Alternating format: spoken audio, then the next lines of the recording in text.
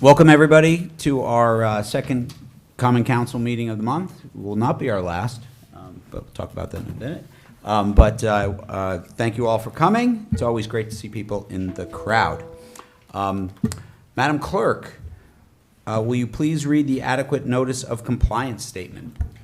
Adequate notice of this meeting has been provided by the City Clerk's Office in preparation of the Council Annual Meeting Notice dated December 16, 2024, which was properly distributed and posted per statutory requirements. Please be advised that fire exits are to my right, your left, and at the back of the room. The city has a listening system to assist the hearing impaired.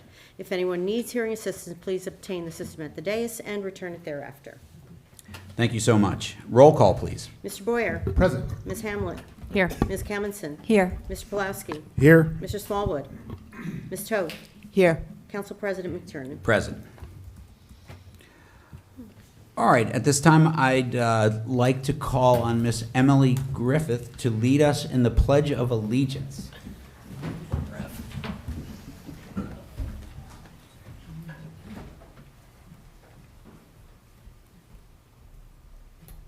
I pledge allegiance to the flag of the United States of America and to the republic for which it stands, one nation, under God, indivisible, with liberty and justice for all. Thank you very much, Ms. Griffith. All right, at this time, Madam Clerk, will you please read the explanatory note regarding closed session and hearings and comment, please? A closed session meeting as authorized by state statute was announced and held prior to the start of this meeting, and the known items for discussion were listed on the published closed session agenda. Please be advised that council meetings are broadcast live on Comcast Channel 34 and 36 and Verizon Channel 30, and rebroadcast on Thursdays and Saturdays on HTTV on Comcast Channel 36 and Verizon 33. When invited to speak, please come to the lectern, clearly state your name and address, spell your last name, and speak into the podium microphone so that your comments can be understood by all and properly recorded. Whenever an audience or council member reads from a prepared statement, please give or email a copy to the city clerk at cityclerk@cityofsummit.org. To help facilitate an orderly meeting and to permit all to be heard, speakers shall limit their comments to 3 minutes. Unless you are using an electronic device to follow the meeting agenda or need it for professional emergency contact purposes, please turn it off. Thank you. Thank you. At this time, do I have a motion to approve the minutes for regular and closed session meetings of June 3rd, 2025? So moved. Second. All in favor? Aye. Opposed? Motion carries 6-0. Okay. All right, we're on to our report section of our meeting. Madam Mayor, do you have a report for us this evening? Of course I do. Awesome. Thank you. Good evening, everyone. Please remember that the middle school and high school graduations are happening tomorrow, June 17th, and Wednesday, June 18th at Tatlock Park. Fingers crossed the rain holds off. Heavy traffic and limited parking are expected in the areas surrounding Tatlock Park on both graduations. Please abide by all signage and do not block driveways when parking on the street. And of course, I want to extend a big congratulations to all of our graduates. I hope you have a wonderful summer and best wishes in these exciting new chapters ahead. The City of Summit's annual Juneteenth event will be held this Friday, June 20th on the Village Green from 4:30 to 8 p.m. There will be musical and dancing performances, a flag-raising ceremony, food trucks, children's activities, and more. Hope to see you there. Earlier this month, we held a swearing-in ceremony for our newest police sergeant, Colin Scarpello. He's been a member of the Summit Police Department since 2018, serving on the patrol and detective bureaus, as well as the Union County Emergency Response Team and the Union County SWAT Team. I had the privilege of officiating his promotional ceremony, and he's a really incredible, very impressive guy, and I wish him well in his new role. The next installment of our city newsletter will be arriving in your mailbox very soon with your third quarter estimated taxes. This newsletter highlights recent news and upcoming events, including the 100 Years of Recreation celebration, summer concerts, and movies on the Village Green, and much more. And lastly, but definitely not most importantly, our esteemed clerk is celebrating 46 years of marriage today, and she is celebrating here with us. Happy anniversary, Rosie and Frank. Happy anniversary, Rosie and Frank. Thank you very much. That's all I have. Wow, that's going to be Frank's tough. watching. That's going to be tough to follow. Happy anniversary, Frank. All right, Ms. Baldwin, do you have a city administrator report this evening? I do. Thank you, Council President. Good evening, everyone.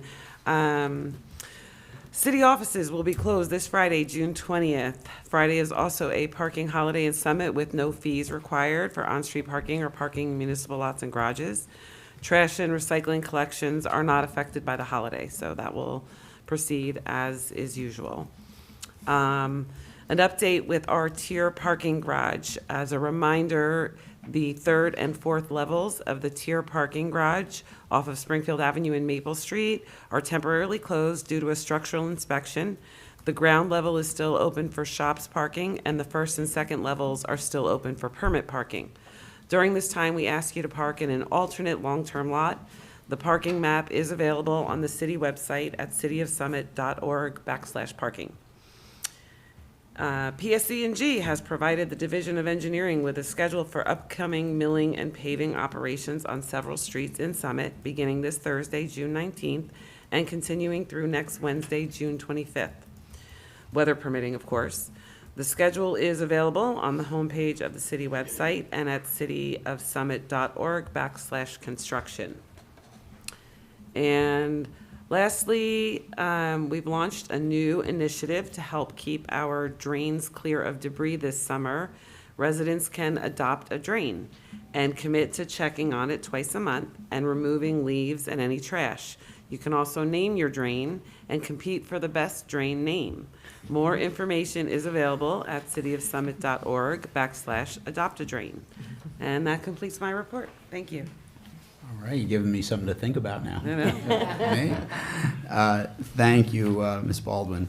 All right, for my council president report, I've got two things. One, Mr. Guida has a bigger one of these, but on Thursday, June 26th, we're going to be the Summit Elks is celebrating 100 years of excellence in parks and recreation in our lovely municipality. This is a fundraiser. It's a $75 ticket at the door at the Elks. It will include dinner and beverages. The proceeds, as many of you know, the Elks has agreed as part of their mission to support youth, as well as they also are big supporters of veterans.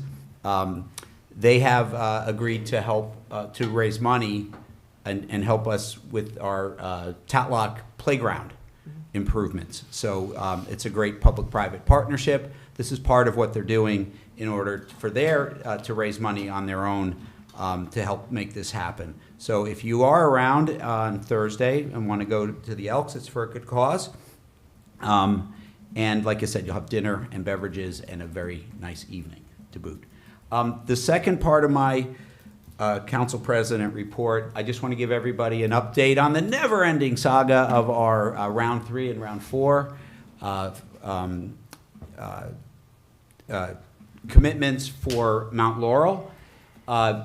We are drawing very quickly to a close on round 3. Round 3 officially ends on June 30th.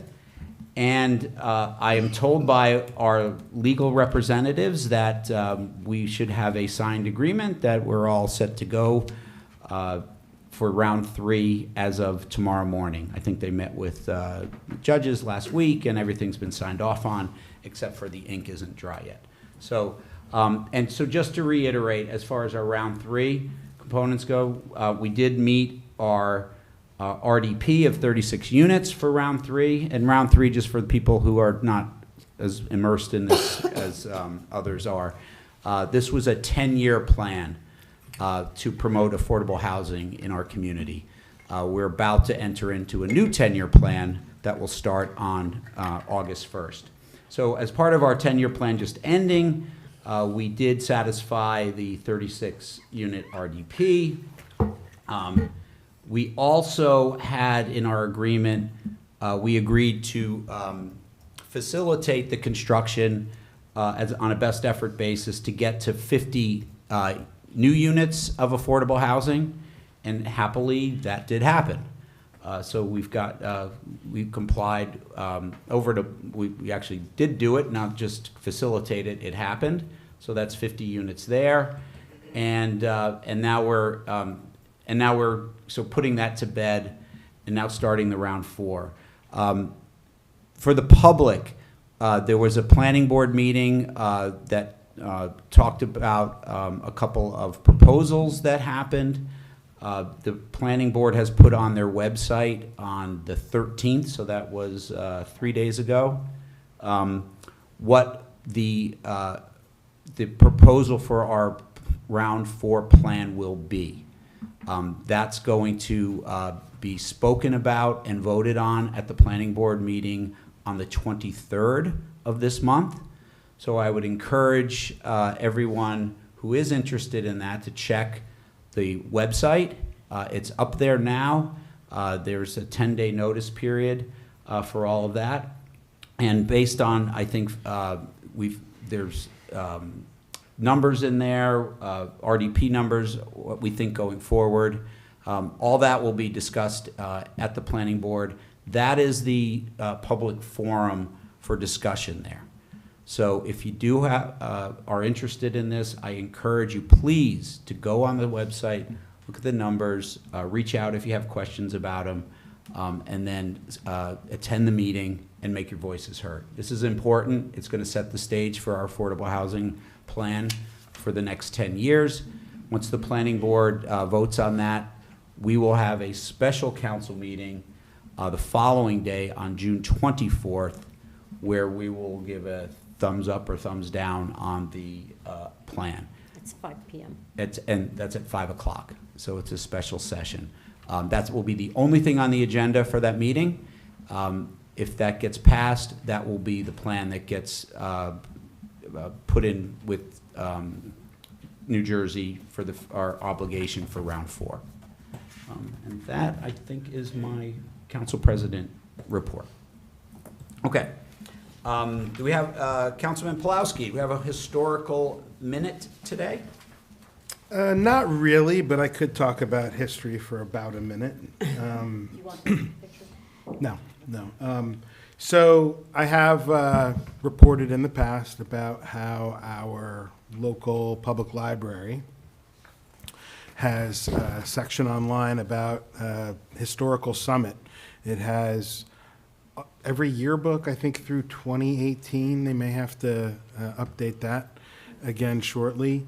It also has all of the local papers going back to the turn of the last century. So it's fascinating. You can get lost in it for a while. The yearbooks are especially fun. I found Rosemary. I won't say what year. I have to look for my engagement picture in the summer. That'll be next. But that's where I got the information about City Administrator Baldwin's family. And there are also some great books out there that are out of print, but they're all over eBay. One of them is Summit, New Jersey, From Poverty Hill to the Hill City by Edmund Raftis. Another one is 20th Century Summit that somebody up here actually typed from a handwritten manuscript for Edward Alcott, who was a former council president. There's another one by Robin Little celebrating Summit's 50th anniversary, dated 1949. And there are a bunch of others. So if you have an interest in history and you want to learn more about the Hill City, there's a lot out there. And snap them up before I do. All right. Thank you very, very much. Okay, we have a couple of presentations this evening. Our first presentation is on our city summer intern program. Megan Champney's our human resource manager, has got a lot to say about that. Thank you, everybody. Good evening, Mayor Fagan, Council President McTiernan, members of Common Council, and everyone joining us this evening. My name is Megan Champney-Questlate, and I have the privilege of serving as the Human Resources Manager for the City of Summit, as well as the coordinator of our summer internship program. Most of you know I have been here for some time. I have been here for 24 years as a City of Summit staff member, and I have tried my very best to instill in our interns how special it is to work here and what an honor it is to work for the City of Summit. While only here for a short time, I hope that they can feel just how special and what an honor it is to work for and be part of the City of Summit family. Before I begin, I want to take a moment to acknowledge and sincerely thank those department heads who have provided each of our interns an opportunity within their department. I would also like to thank our confidential administrative assistant, Debbie Perez Santala. She's here tonight as well. Her dedication and support are instrumental in ensuring that everything in administration and human resources, including the internship program, runs as smoothly and successfully as possible. This summer, we were thrilled to receive a record number of applications for our internship program. The enthusiasm and interest shown by students and emerging professionals were both humbling and inspiring. While the number of available projects and placements remains limited, we are incredibly grateful to everyone who expressed their interest and took the time to apply. To those who applied but were not selected, please don't be discouraged. And to anyone considering applying in the future, we encourage you to submit an application when the 2026 program opens next March. This program continues to grow each year, and we are always looking for bright, motivated individuals eager to learn, contribute, and make a meaningful impact within the city operations. This year's interns are each engaged in meaningful projects designed to support city functions, bring fresh perspectives, and enhance the services we provide to the Summit community. Over the past 2 weeks, they have immersed themselves in the workings of local government, bringing their energy, creativity, and passion for public service to every task they've undertaken. It is a true pleasure to introduce our 2025 summer interns, an exceptional group of individuals who are already making valuable contributions across a range of city departments. Please join me in welcoming Trevor Allen, who is supporting a finance-focused initiative within the Office of the City Administrator and Department of Finance. Hope Bassaman, now in her 3rd year as a Human Resources intern, and we are delighted to welcome her back and deeply appreciate her ongoing commitment. Emily Griffith, who is collaborating on a cross-departmental project with the Mayor's Office, Human Resources, and Communications Office. I also used to coach Emily in gymnastics many years ago. Rex Fisk, Erica Jenkins, and Ellie Kyram, who are each applying their talents to projects within the Department of Community Programs. Each of our interns will now come forward to introduce themselves and provide a brief overview of the work they are doing this summer. Please join me in extending a warm welcome as they continue their educational and professional journey by observing and participating in tonight's council meeting. Thank you.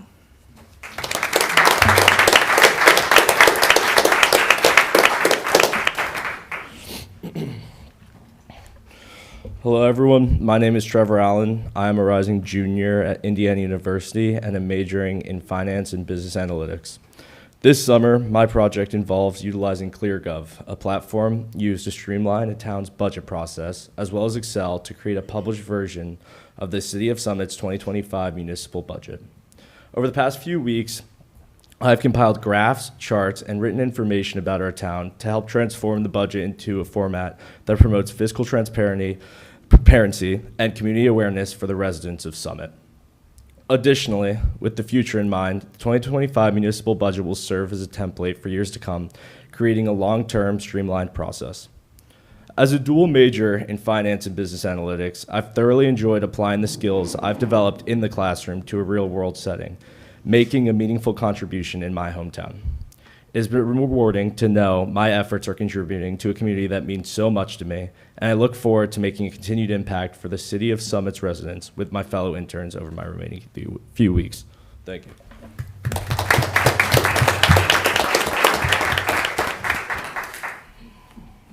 Hi everyone, My name is Hope Astman, and I am a rising senior at Lafayette College, studying psychology and Asian studies with a minor in organizational studies. This is my third summer as an intern with the City of Summit, and I've had the privilege of working under our human resources manager, Megan Champney-Questlate, who's been an incredible mentor. My current project is a fun one. As some of you may or may not know, there's been a recent update to the Department of Labor's Fair Labor Standards Act.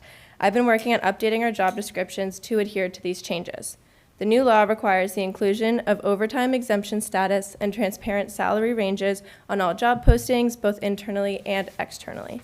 The exemption status is determined by individual job duties as outlined in each description.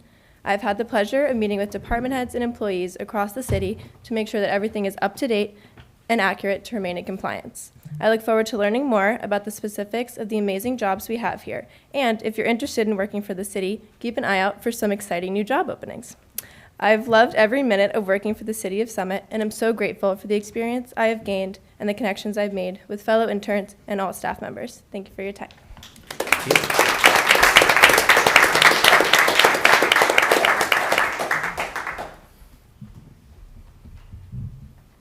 Hi, everyone. My name is Emily Griffith, and I'm an incoming sophomore at Georgetown University majoring in government. I'm currently interning under Mayor Fagan, collaborating with both the Human Resources Department and Communications Office. My project focuses on improving the City Hall experience through signage, wayfinding, and the lobby environment. I've redesigned the City Hall map and directory to make it clearer where to go for various services. Inside the lobby, I've worked on making the space more welcoming by updating directional signs, using the lobby TV, and featuring local artwork. I'm also creating a web page with short video guides that show how to get to each department from the main entrance, which will be accessible by scanning a QR code near the front door. In addition, I've been working with staff to update the City Hall website to include new maps and key information to help reduce confusion before visitors even arrive. I'm so grateful for this opportunity, as I have had an amazing time working with my fellow interns, and it has been incredibly valuable working with everyone in City Hall. I'm beyond excited to continue working on this and see where the project come to life.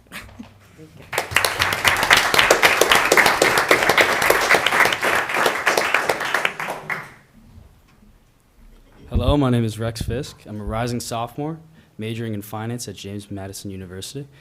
This summer, I've had an opportunity to work in the community programs department alongside David Guida. During this time here, I've coordinated with vendors to help reduce the city's spending on the youth programs, jerseys, and uniforms by nearly 50%.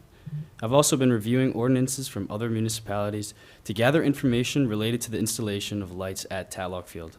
I'm extremely grateful for this opportunity, and I've truly enjoyed my experience so far. Thank you for your time.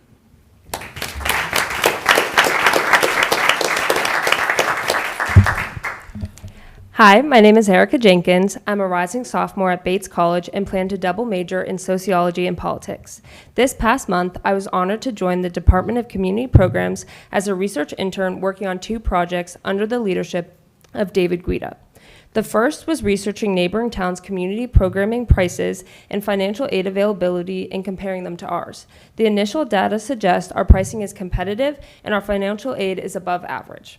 The other project involved researching local nonprofits and gathering contact information to be used for fundraising and possible sponsorship for our upcoming community night in July. We hope to be contacting these nonprofits soon.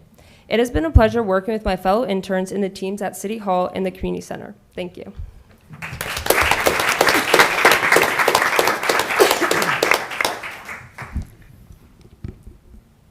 Hello everyone, my name is Ellie Kyram. I'm a rising sophomore at Skidmore College, planning to major in psychology. I've been interning for the Department of Community Programs, working for Assistant Director David Guida. I've taken on several projects with the DCP. My first project involved reaching out to local businesses to sponsor the DCP's summer events, specifically the Screen on the Green movie nights and the Hot Summer Nights concert series. Additionally, I've been researching counselor and training programs to determine how we can strengthen our own, and I've contacted neighboring towns to learn more about their CIT programs and comparing them to Summit's. My latest project involves researching and applying for grants for the DCP, specifically grants that target organizations that provide services for communities, families, and children. I'm excited to continue these projects for the rest of my internship and to collaborate with my fellow interns and everyone at the DCP. Thank you.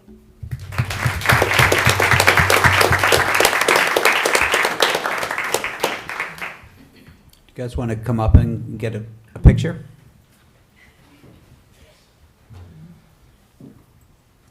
Don't be shy.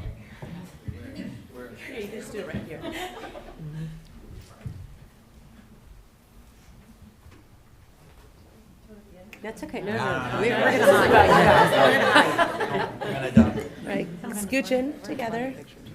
Awesome. 1, 2, 3. Thank you.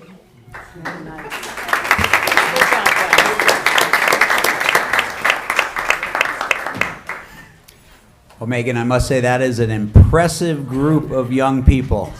Yeah, that's amazing. Feel good about our future when you see all these great people come up and we're working hard. So thank you, and thank you all for your hard work this summer. Thank you. All right, we have another presentation. This is on our government energy aggregation program. It's next steps for those who've been following it over the last 9 months or so. The city's been engaging around trying to save our residents money off of their electricity bills, and we're coming up to a bid thing. So we're really happy to have Lisa Hibbs, who's Director of Sales and Project Management for the government sector for Concord Energy Services, to give us an update on where we are with this. Thank you so much for the opportunity to give you this hopefully exciting update about the potential to save residents money on their JCP&L electric bills. Just as a reminder, this is a government energy aggregation program. It is promulgated by the Board of Public Utilities, has oversight by the board, also ratepayer advocate, and because you joined a cooperative, also Department of Community Affairs. So all of your paperwork, it has been filed, your ordinance, your resolution, the purchasing agreement between you and the cooperative has been filed with Department of Community Affairs. Everything has been provided to Rosemary and to Tammy. So everything is filed here in the city as well as with the entities that I just mentioned. So our next step is to actually go out to auction. So that is tentatively scheduled for August 12th. So I say tentatively because between us and August 12th is an auction by our grid operator, PJM. PJM holds a capacity auction every year, supposed to be for 3 years of capacity pricing. We have been delayed. The Federal Energy Regulatory Commission has granted them some leeway in when they hold their auctions. This is due to supply and demand issues that we are having on our grid. We participate in PJM's grid with 12 other states and Washington, D.C. So we have large demand for electricity. We've had some retirement from some energy generation, and we are not pulling new generation online as quickly as we need it. So residents may have noticed, or will be noticing, that effective June 1st, JCP&L's rates went from 11.88 cents per kilowatt hour to over 15 cents.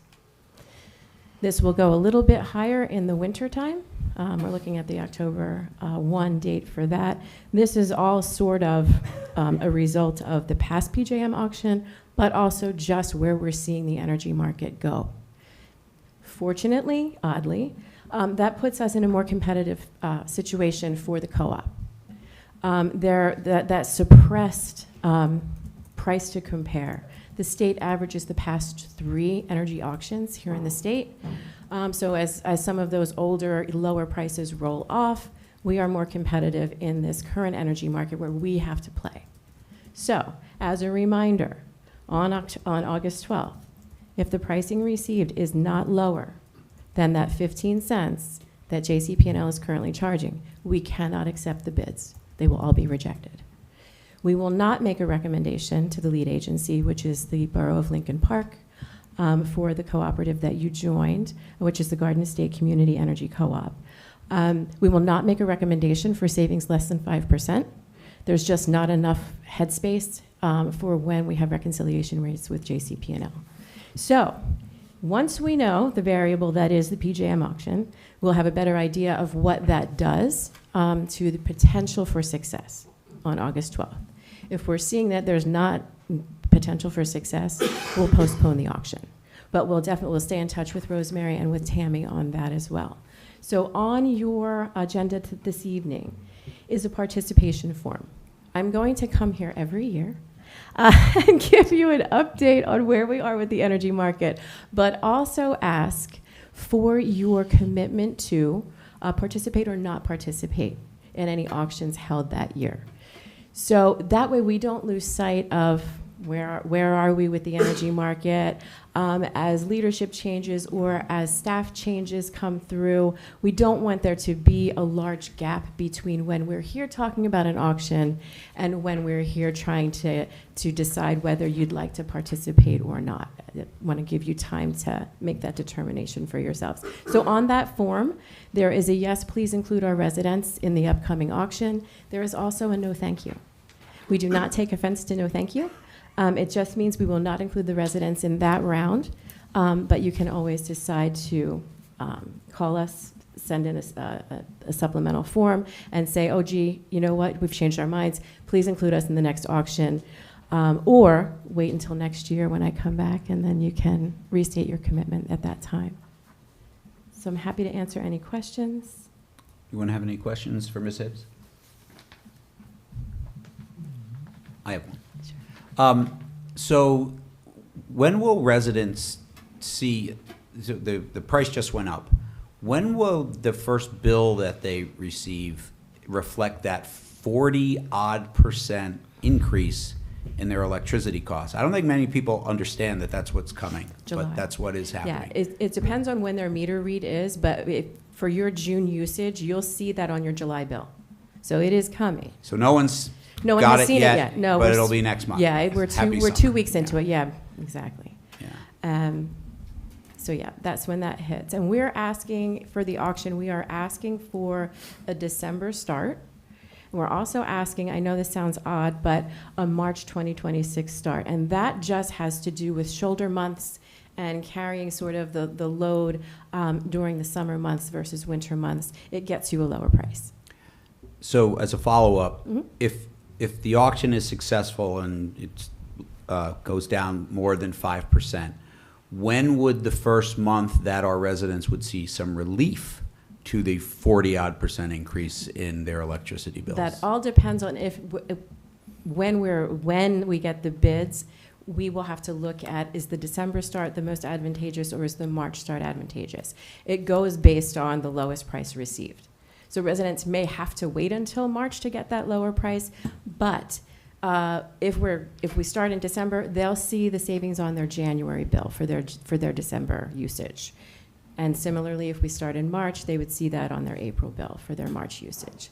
But we will be here. I will work with Rosemary and Tammy, and we'll get the information kit together. And we'll have town hall style meetings, we'll have Zoom meetings, just so that your residents are well educated about the program, what it does, what it doesn't do, how to opt out. There will be an opportunity for residents to opt up into a 100% renewable energy product as well. Might cost more, will likely cost more than the standard minimum renewable requirement. But that option will be there for those that want to take advantage of that. And we track all those statistics for you. Great, thank you. Other questions? All right, well, thank you very much. Thank you. Could I just ask one question of Lisa? Sure. On the participation form, there's a yes or no. Yes. So in addition to the council considering the resolution, they've got to let us know, or is that incorporated in the resolution? That's incorporated in the resolution that you're considering, and I will hang out for that, Okay. just in case there's questions at So that if they moment. pass the resolution, it's automatic yes. Perfect. Thank you. Okay, that finishes up our presentation section of our meeting. We're now up to ordinances for hearing, which we do have one this evening. Madam Clerk, will you please read the finance ordinance for hearing? Yes. Ordinance number 25-3343, an ordinance to establish the 2025 salaries, wages, or compensations of and for the officers and employees of the City of Summit, County of Union, New Jersey. Thank you so much. Councilwoman Toth. Thank you, Council President. This annual ordinance sets forth salary ranges for city employees. Those covered by union contracts will receive the agreed-upon cost of living increase. Non-union employees will receive a 2.75% cost of living increase, which is in line with the more recent union contracts. This ordinance also sets forth step increases based on an employee's date of hire and job performance. I move to open the hearing on this ordinance. Second. Okay, roll call, please. Well, we want to open the hearing. Oh, to we're the opening the public. hearing. Open the Yeah. hearing. Okay, do we have to vote to open the hearing? You made a motion and a second, now you open the hearing. Oh, okay. It's already open, so now you can open to the public There we go. comment. All right.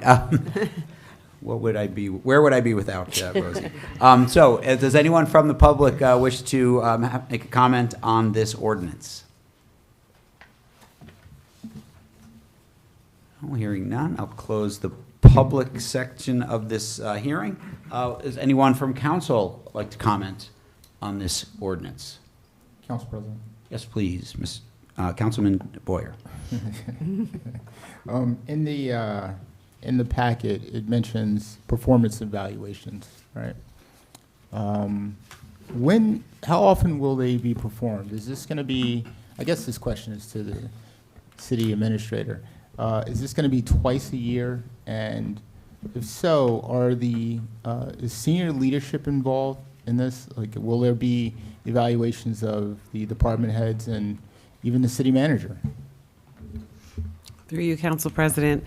The city staff has performance evaluations done by their department heads coinciding with their anniversary dates, which is either the date you got hired or if you have subsequently received a promotion, that might change your anniversary date. So it's in January, July, it's once a year. There are also probationary performance evaluations. So if there's a new staff member, they typically get a 30, 60, 90, and 120-day evaluation. Having just been appointed the city administrator in January, my plan is to do the department head evaluations at the end of the year to give a fair, probably in November, to give a fair evaluation period with me in this position and overseeing that. And then I would very much like my own performance evaluation. That would have to be coordinated perhaps through our human resources manager along with the council and mayor. Thank you for that. And it mentions that if there is a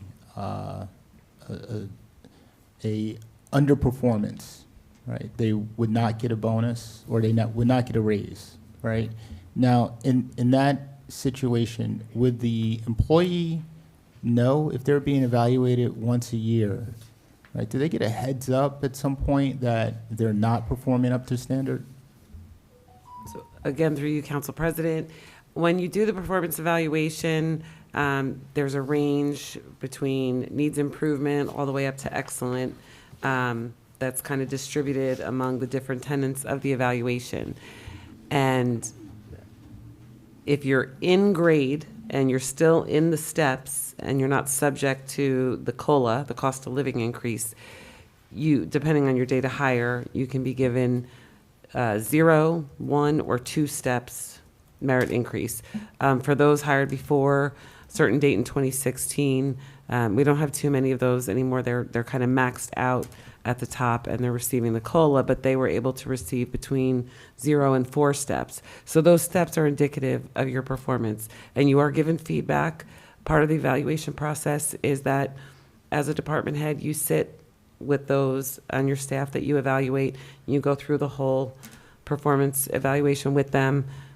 There's an open dialogue. There's room for them to also provide feedback of their own on that performance evaluation. So everything is very transparent and they're very aware. If something occurs outside of the normal performance evaluation cycle, that is also addressed separately. Thank you, City Administrator Baldwin. I think my only suggestion would be that if there is an employee that is going to get a less than favorable rating, that they get a heads up prior to their final performance evaluation. So let's say mid-year, we know that the employee is going to get a poor rating. It should be included in there that there is some type of conversation that happens. So it's not a surprise, that's all. Thank you, Council President, that's all I had. Thank you.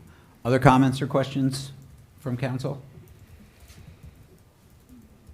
All right, I'm going to declare the hearing closed then, and we're moving on to ordinances for final consideration. Madam Clerk, will you please read the finance ordinance for final consideration? Ordinance number 25-3343, an ordinance to establish the 2025 salaries, wages, or compensations of and for the officers and employees of the City of Summit, County of Union, New Jersey. Thank you so much. Councilwoman Toth. Thank you, Council President. And having just closed the public hearing on this ordinance, I move it for final adoption. Second. Thank you. Okay, roll call, please. Mr. Boyer. Aye. Ms. Hamlet. Aye. Ms. Commonson. Aye. Mr. Pulaski. Aye. Ms. Toth. Aye. Council President McDermott. Aye. Motion carries. All right, we're on to the part of our meeting for ordinances for introduction, and we do have a few today. So, Madam Clerk, could you please read the finance ordinance for introduction? ID number 11977, an ordinance appropriating funds for school improvements in the City of Summit, County of Union, New Jersey, and authorizing issuance of $12,606,500 of school bonds or notes of the city to meet said appropriation. Thank you very much. Councilwoman Toth. Thank you, Council President. Following the adoption of the school board's budget, the city is to issue debt on its behalf. The school district repays that debt. This ordinance appropriates funds and authorizes debt issuance of $12,606,500 for capital projects at Brayton and Franklin Elementary Schools, at the Lawton C. Johnson Summit Middle School, and at the Summit High School.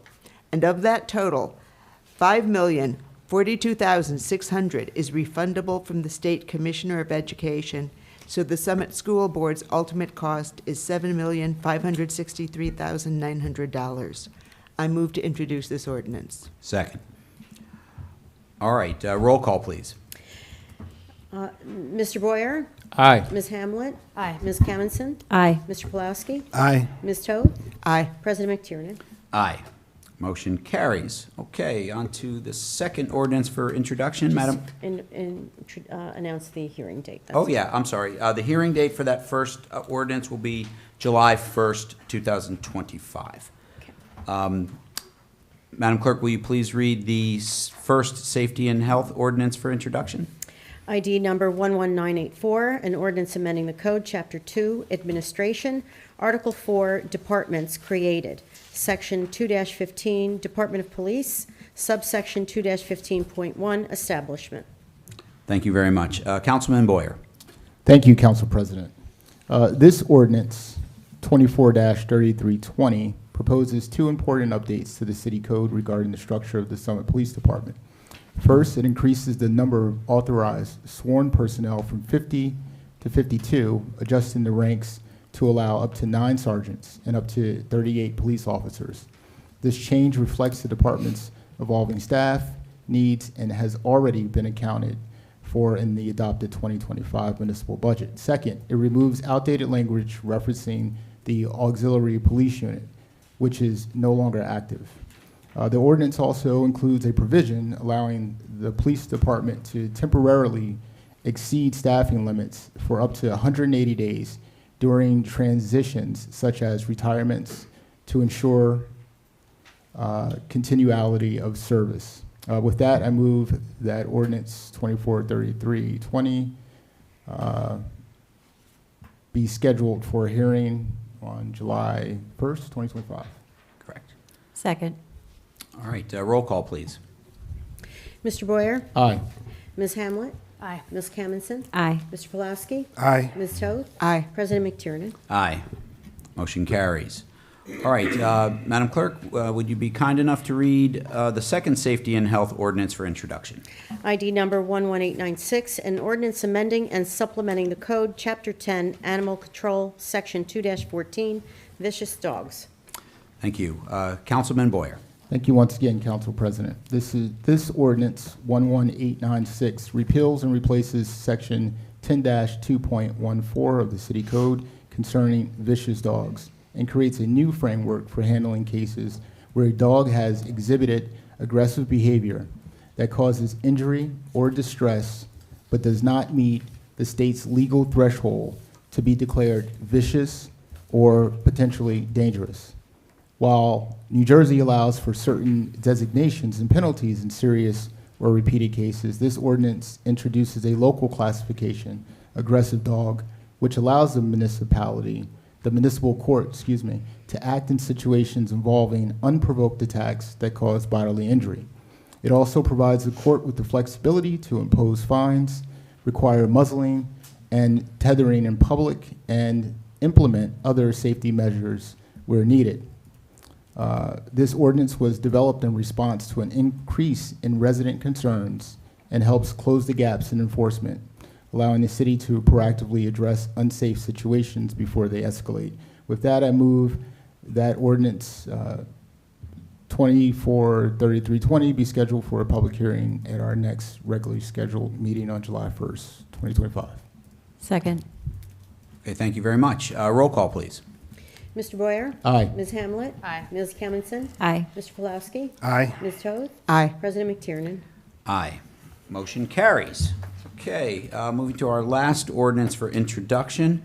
Madam Clerk, will you please read the Capital Projects and Community Service Ordinance? ID number 11786, an ordinance of the City of Summit, County of Union, New Jersey, repealing Section 2-29, Historic Preservation Commission of the Revised General Ordinances of the City of Summit, and creating a new Part 5, Historic Preservation of Chapter 35, Development Regulations.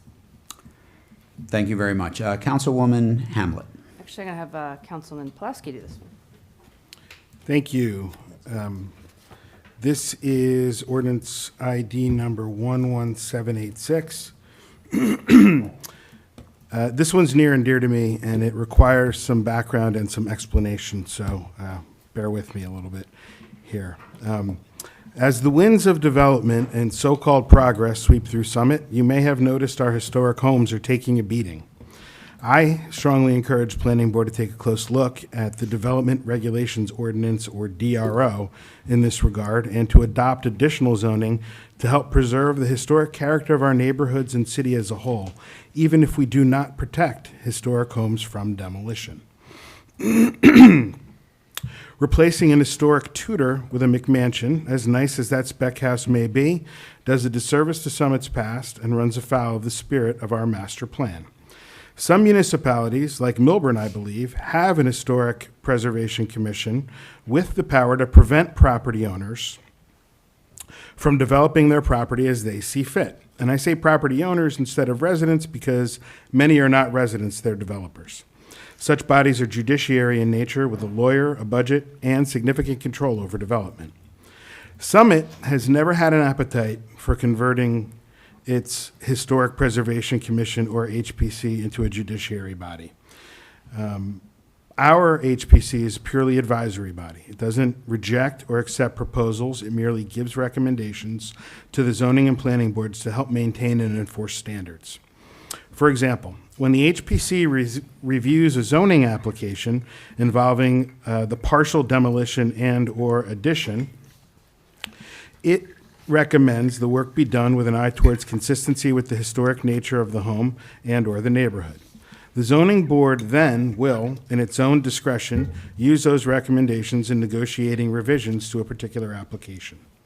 What happens, though, when a property owner seeks to demolish an historic home? Right now, they fill out a permit application, pay a fee, and can, as soon as 10 days later, demolish that historic home. The owner may not even know that the home has any historic significance. For many years, this hole in Summit's DRO has frustrated the mission of the HPC, in accordance with our master plan, to minimize and prevent the demolition of designated historic buildings, structures, and landmarks where preservation is feasible. For the last 18 months or so, the HPC has worked to create a measure to accomplish two primary objections. One, to slow down demolition, educate property owners, and give our zoning board information about the homes that were when applicants inevitably apply for variances on the homes that will be. And two, to avoid doing so through the creation of any significant additional bureaucracy or diminishing the property rights of our residents. I believe the proposed ordinance accomplishes this, or at least takes a step in the right direction. Simply put, it provides the HPC an opportunity for robust comment where there currently is none, by adding the step of an HPC review to the demolition permitting process. Under the proposed ordinance, when a property owner applies for a demolition permit to raise an historically significant property, it will go to the HPC for review. The HPC has 7 days to decide whether the referred application warrants an HPC review. If the HPC declines, the city will issue the requested permit as it would for any non-historically significant property. If the HPC opts to issue a report, it must provide its findings and written recommendations within 30 days of the referral to the city and to the property owner. The property owner may then proceed, if he or she so desires, but with the benefit of the HPC's advice, which will remain with the city property file through any zoning applications. I move to introduce this ordinance. A second. All right, roll call, please. Mr. Boyer? Aye. Ms. Hamlet? Aye. Ms. Kalmanson? Aye. Mr. Pulaski? Aye.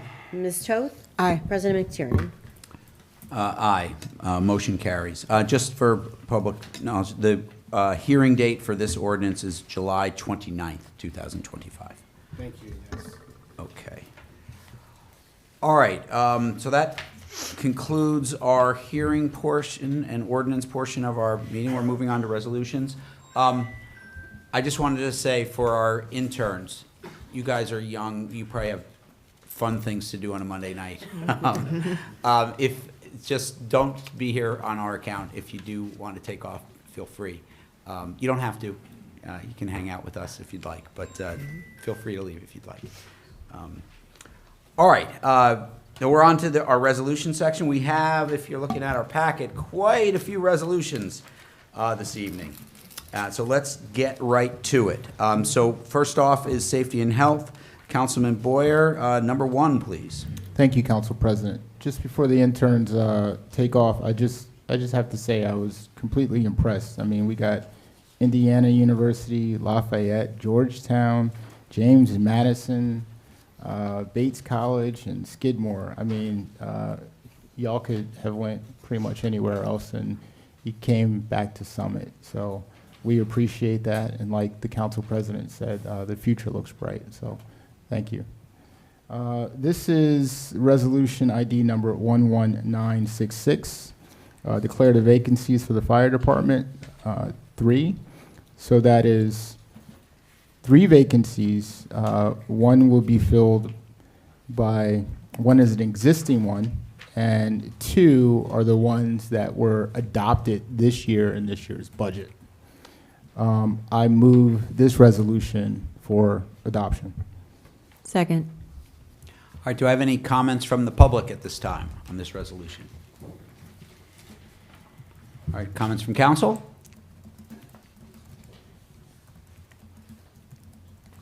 I'll make a comment then. I'll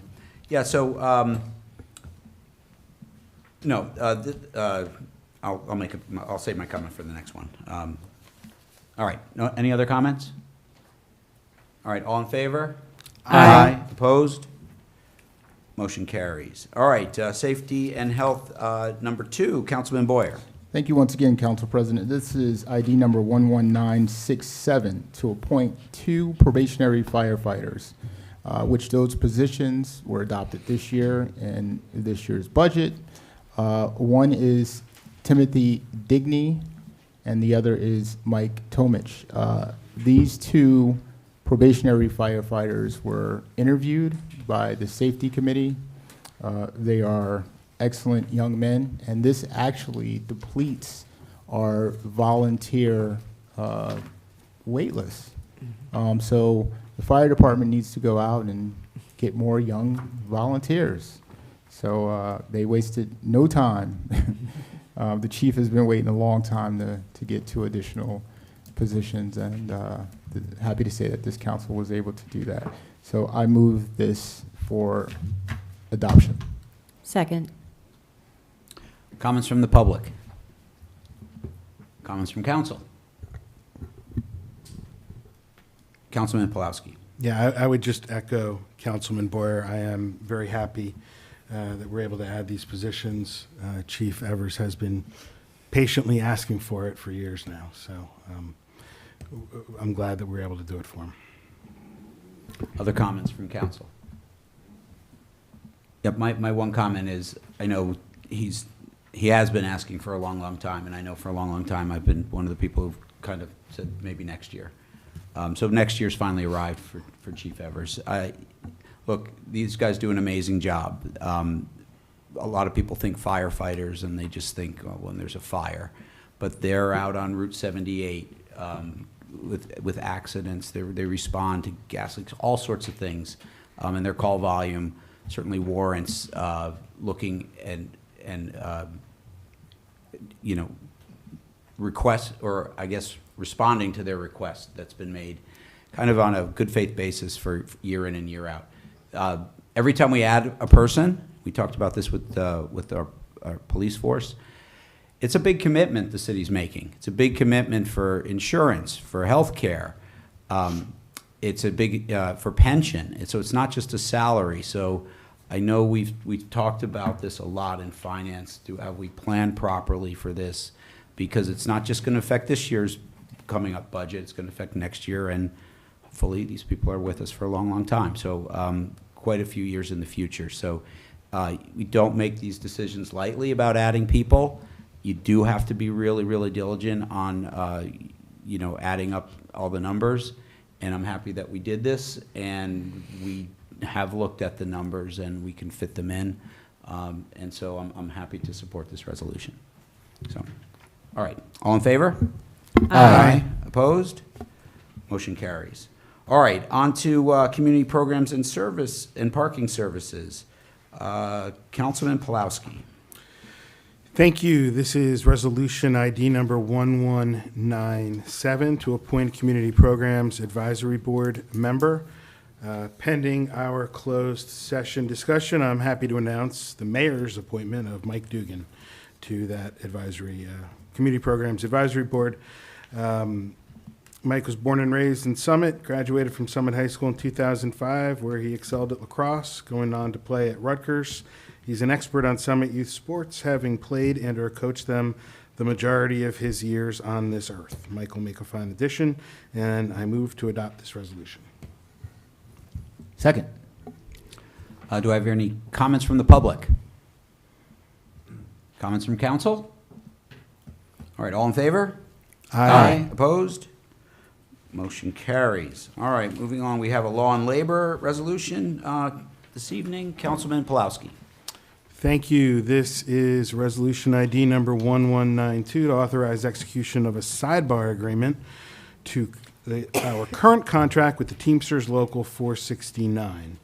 Pending our closed session discussion, I move to adopt this resolution. But first, I'll just note, it has to do with the change of a title. Current title of Senior Transfer Station Operator is being changed to Senior Operator, and specifically, the current title was too restrictive, suggesting that only those working at the transfer station are eligible to apply for this position ultimately. So changing the name or the title to Senior Operator solves the problem. So I again move to adopt this resolution. Second. Comments from the public? Comments from council? All in favor? Aye. Opposed? Motion carries. All right. Got a lot from Capital Projects and Community Services this evening. If you're ready, Councilwoman Hamlet, why don't you start with number 1? Thank you, Council President. Just bear with me. This is one of, I think, 11. The first one is Capital Projects ID 11899. This is a resolution of the City of Summit, County of Union, authorizing the mayor to execute the memorandum of understanding between the City of Summit, the United Methodist Church of Summit, and Bergen County United Way for the creation of affordable senior rental units. Whereas the church approached the city to inquire if its former education building located at 17 Kent Place Boulevard, City of Summit, Block 1911, Lot 5, which is now underutilized, could be repurposed for a small 100% affordable senior rental project. And whereas after the meeting with the city, the church began working with Bergen County United Way to determine whether their education building could be adapted and renovated for that purpose.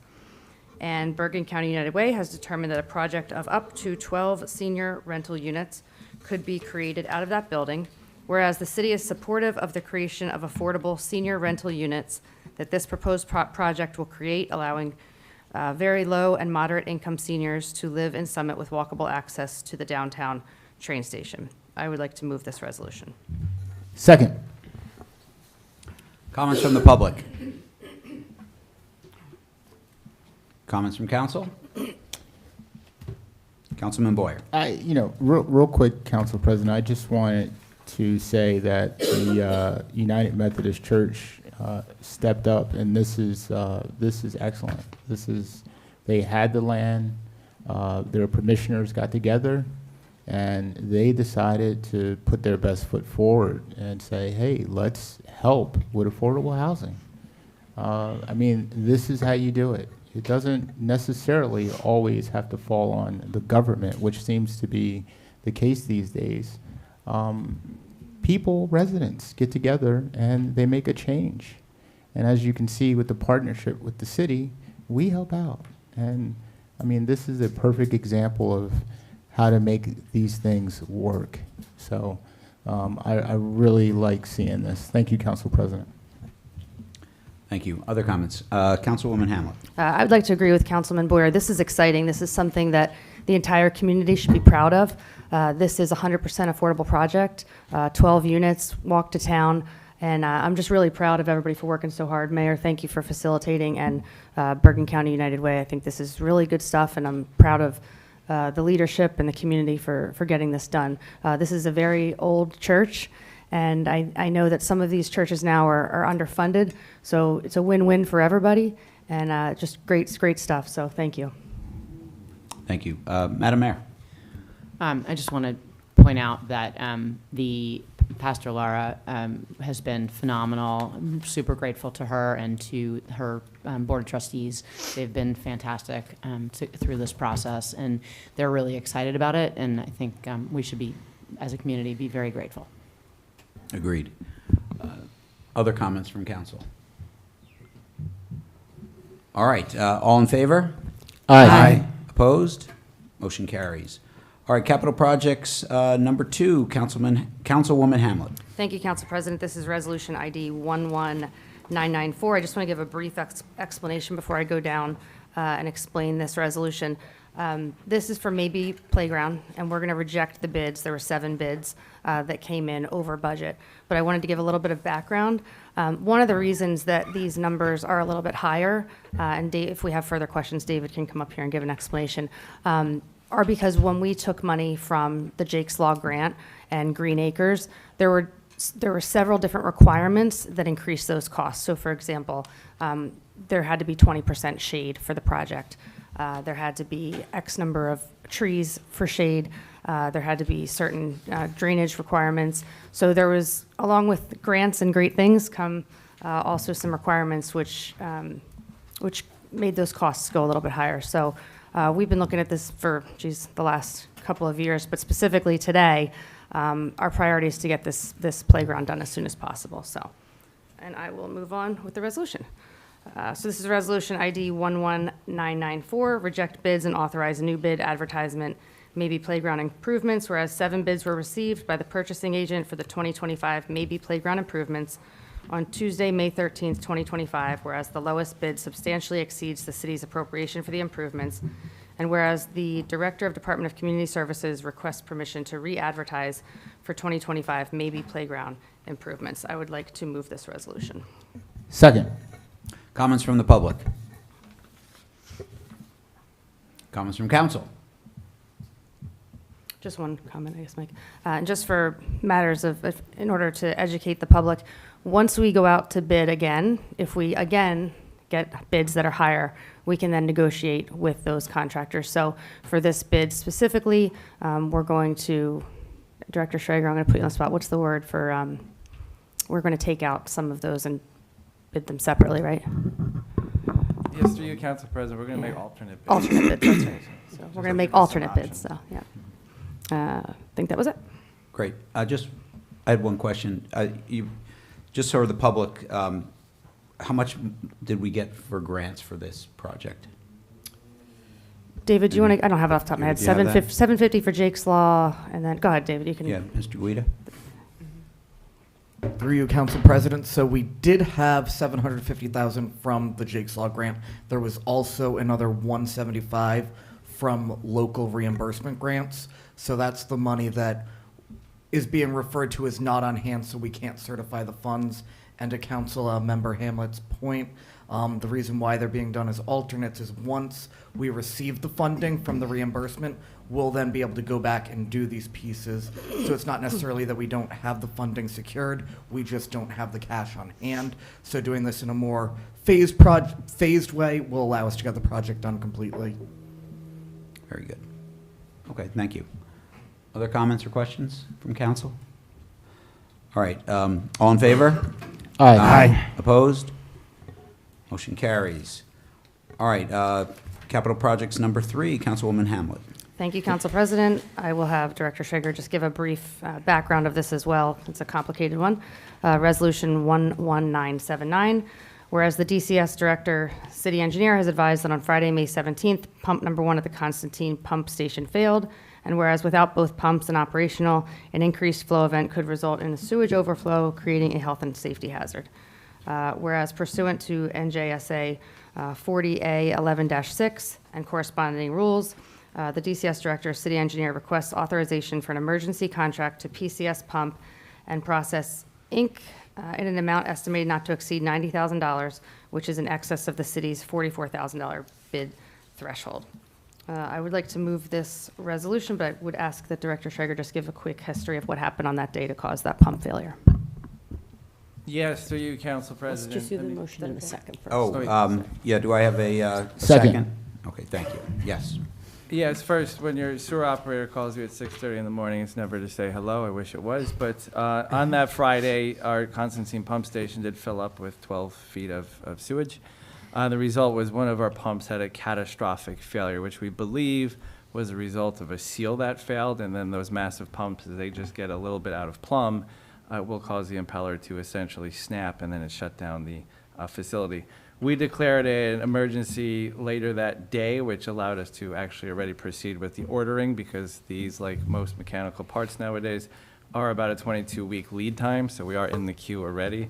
And now we're just doing the contract to formally approve the contract that we need to get the pump. So, I mean, once it's in, we do, accidentally wind up with a new pump for a, aging station, but our sewer operator is able to install it, so this should be the only cost relative to the emergency. Thank you. Yeah. All right, any comments from the public? Comments from council? Council President. Yes, Councilman Boyer. Director Schrager, just to be clear, because I know the public is hearing sewage overflow, the backup pump did work, and there was no sewage that was mixed in with our stream water, or and no one has to worry about turning on the water in their kitchen and not smelling so good. So can you talk about that real quick, please? Yes, through you, Council President, again. Though the station did shut down fully, because at that point, the surge of the sewage, the station had to be isolated before the other pump could be utilized, and then obviously cleaned. But the Constantine pump station does have a built-in overflow, so when the station does reach capacity, it then goes down Passaic to our Chatham Road pump station. So not that you want to have emergencies ever, but if you were to have a pump failure, you want to have it at Constantine, because then we don't wind up discharging somewhere. We don't impact the sewage system, other than sending it down the road a little further. So. Thank you. Yeah, thank you, Council President. Just so the residents know, we got backup. Stuff fails, but our city engineer, you know, we got backup for stuff when it fails. So we're fortunate to be a city like this. So And thank you. in this case, the station was probably down for less than half a day, that we could just clean it out and then just put the one pump on. Because right now it's functioning with just the one pump, so. And Director Shager, how old was the pump that failed? Between 30 and 40 years, so. Wow. But you can get good life out of them if you maintain them, which we do, but just sometimes this happens. Yeah, it's an old pump. Yeah. Council President. Yes, Councilwoman Hammond. Director Shager, I remember the day you called me about this, and other than being exacerbated, it was a stressful situation. I think you handled it really well, so I just want to say thank you. But correct me if I'm wrong, we had a ton of water that day, didn't we? Have a ton of rain that day? Did that have anything to do with it? I don't recall, just because this spring has always Yeah. been raining, so it's all kind of just Yeah. bled I together. couldn't remember, but I But feel there like was rain that week, there was rain around them, but Yeah, yes. it was a so, pretty yeah. bad day that day, so thank you for Yeah. being on top of that. Other comments from council? Yes, Councilman Pulowski. It's more of a question for Director Schrager. It's my understanding that some municipalities have privatized their sewer utility, I guess.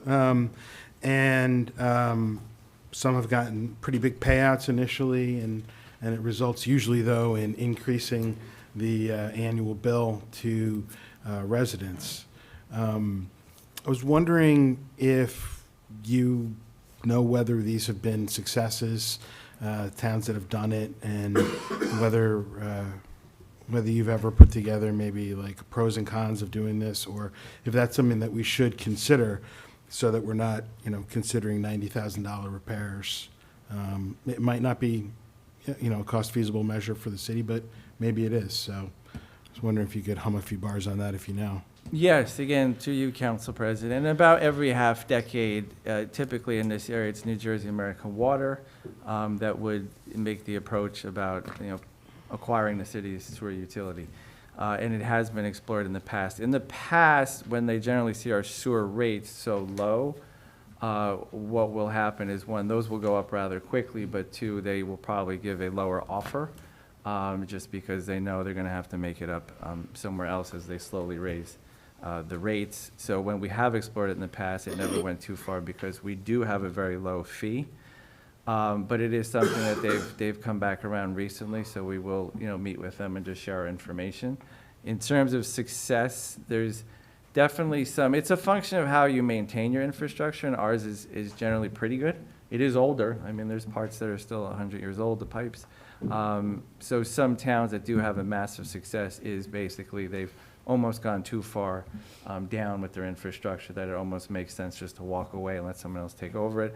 There are some that have not been happy with it, so I'd say it's 50-50, so it's kind of, it's no one size fits all. It would be up to the specific municipality, but it is something that we have had contact with them recently, and when we kind of get some free moments, we'll get them information and see if it goes somewhere. Yeah. Thank you. Yeah. Just a follow-up question. Has any town in the joint meeting ever done this? Gone to sell their product? Not that I'm aware of, but that is a good question and something we could poke around. And I know ask as and of 5 see. or 6 years ago, there were none. I can check Right. at the meeting. I can ask. Yeah. Yeah, I don't think they have, but have any explored it, other than just a fleeting thought. So that's something we could ask through Councilmember Hamlet even there, but I'm not aware of it. So, but I know big ones like Hoboken has, like they switched over at some point. And you'll read in Municipalities Magazine, there's a couple in the Gloucester County region that have, and it seemed to be a pretty big windfall for them. But other towns, not so much. So. Yeah, just for the public, we are one of, is it 13 municipalities? Yes. One of 13 municipalities that own equity in our sewer system.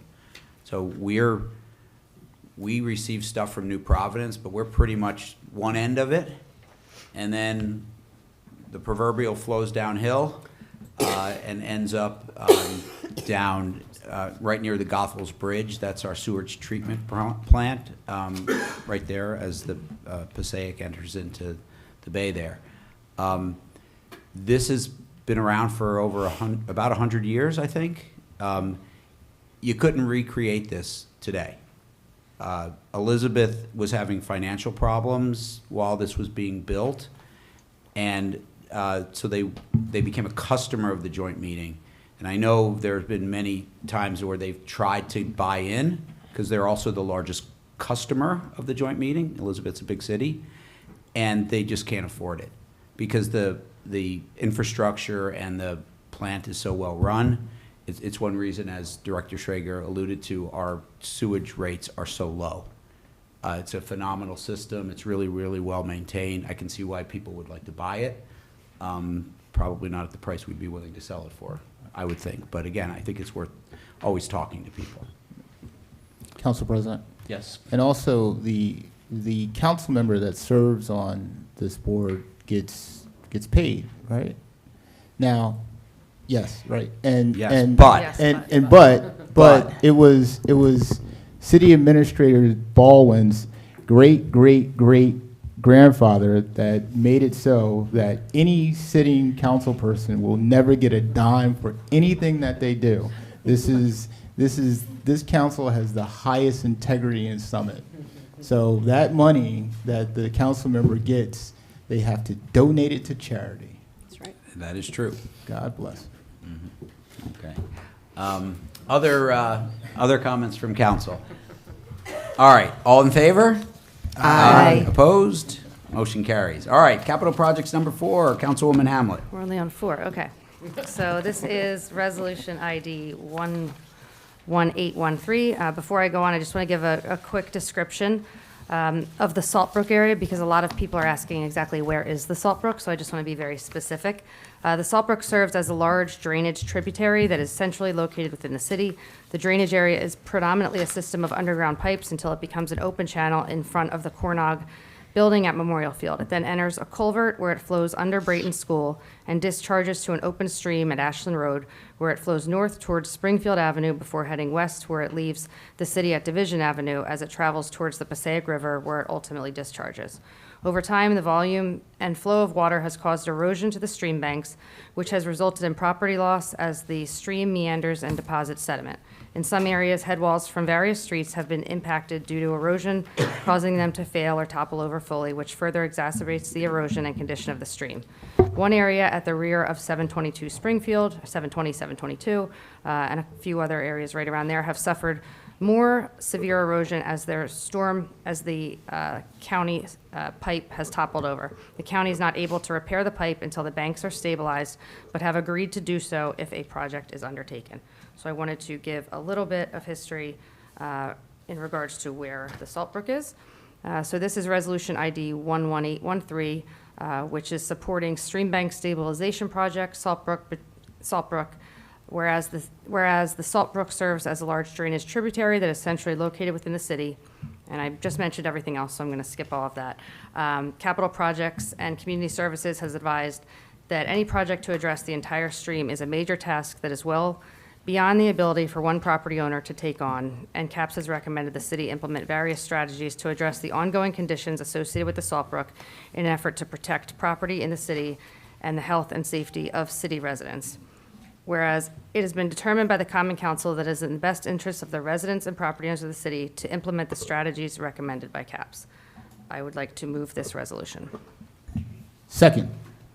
All right, comments from the public?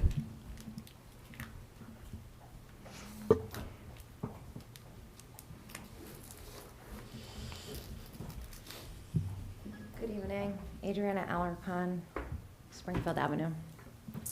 Great step forward that the stabilization of Saltbrook is on tonight's agenda. Thank you. I want to begin by thanking you all for acknowledging this issue, and I sincerely hope that the town continues to monitor a major contributor to this, the ongoing overdevelopment that is negatively impacting Summit's land and properties.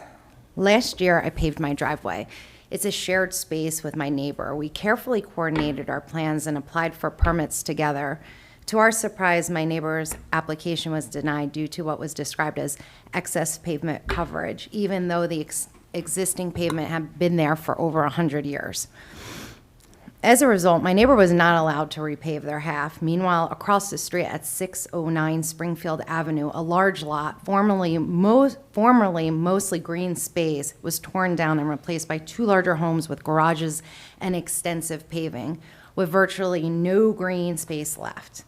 This overdevelopment has dramatically increased runoff, which is either pouring into the drain, further overwhelming the broken county pipe that I've reported many times, or flowing directly into Salt Brook, both accelerating erosion.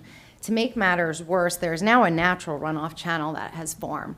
It's cut through the land, exposing the underlying rock. I've sent video evidence to this to the council. The heavy rainfall over the last few months have worsened the land loss and destabilization, not only on my property, but extending further along the brook in both directions. The infrastructure neglect combined with overdevelopment is a dangerous mix. This stabilization plan must move forward immediately, along with a long-term strategy to manage runoff and enforce balanced development. I'm grateful to see action starting. My neighbors and I are willing to help. I've already attempted to assist through forwarding information for capable contractors willing to take on the project, one local and another one that has experience working with Union County. All I have to offer is my help and my hope that something is done before it's too late. Thank you. I'll email this.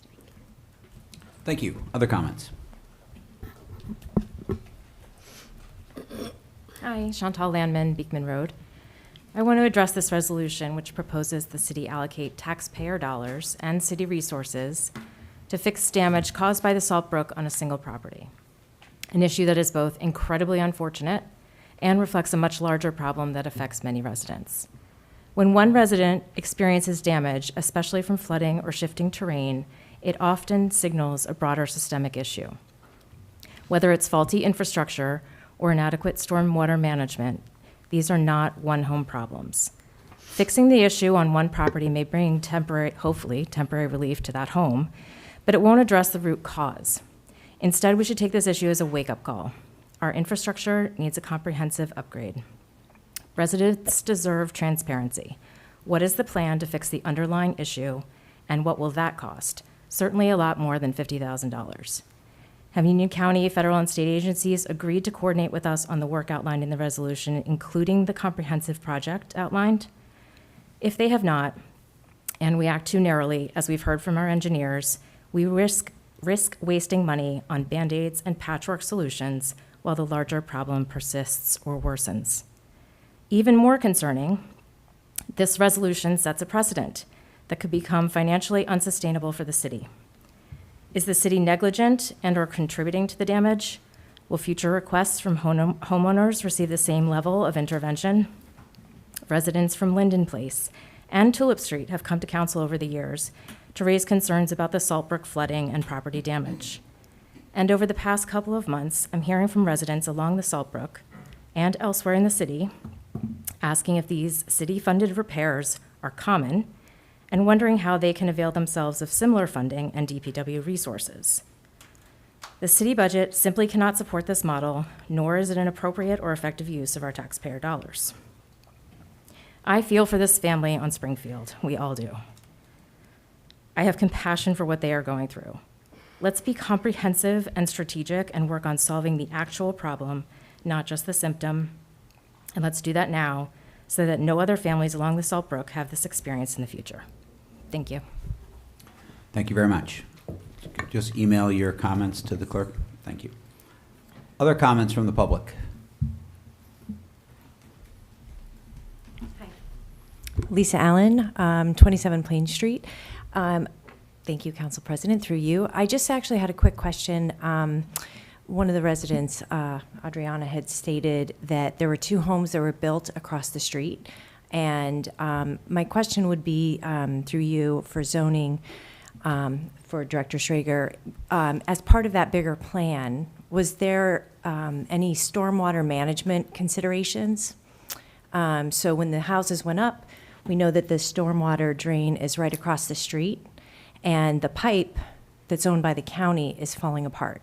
So potentially, was there any consideration for that? And I just want to say that in terms of symptoms and flooding and issues like that, I do feel as though the symptom is overdevelopment. And I think we all, it's like this unstated thing. I mean, we're kind of stating it most of the time, but we're not really saying truly that as a community, we really need to start thinking about how does overdevelopment affect our community because there's more rain, there's more extreme weather, and if our stormwater drains can't handle all the water that's being produced, and we just keep adding homes, our sewage can't handle it. It's constantly, this is actually the third time I think that Constantine, I could be wrong, but I feel like it's the sewer, this is the third time over several years that it has failed. And so it was just interesting, Councilwoman Hamlet, that you had asked if it was because of the rain. So I'm just curious about the stormwater, and just wanted to say that overdevelopment is a huge concern. Thank you. Other comments from the public? All right, comments from council. Go ahead. Councilman Pulowski. So I agree. Development and overdevelopment is a big problem. And to put it simply, when we continue to overdevelop, build bigger houses than the town was designed for, we're adding roof area, and we're losing permeable ground. The result is more and more and more water goes into our storm sewage system. And it overtaxes our storm sewers.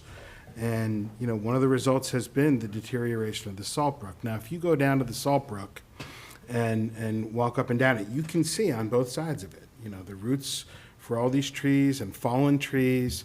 The brook itself is washing away land, and something absolutely has to be done about that.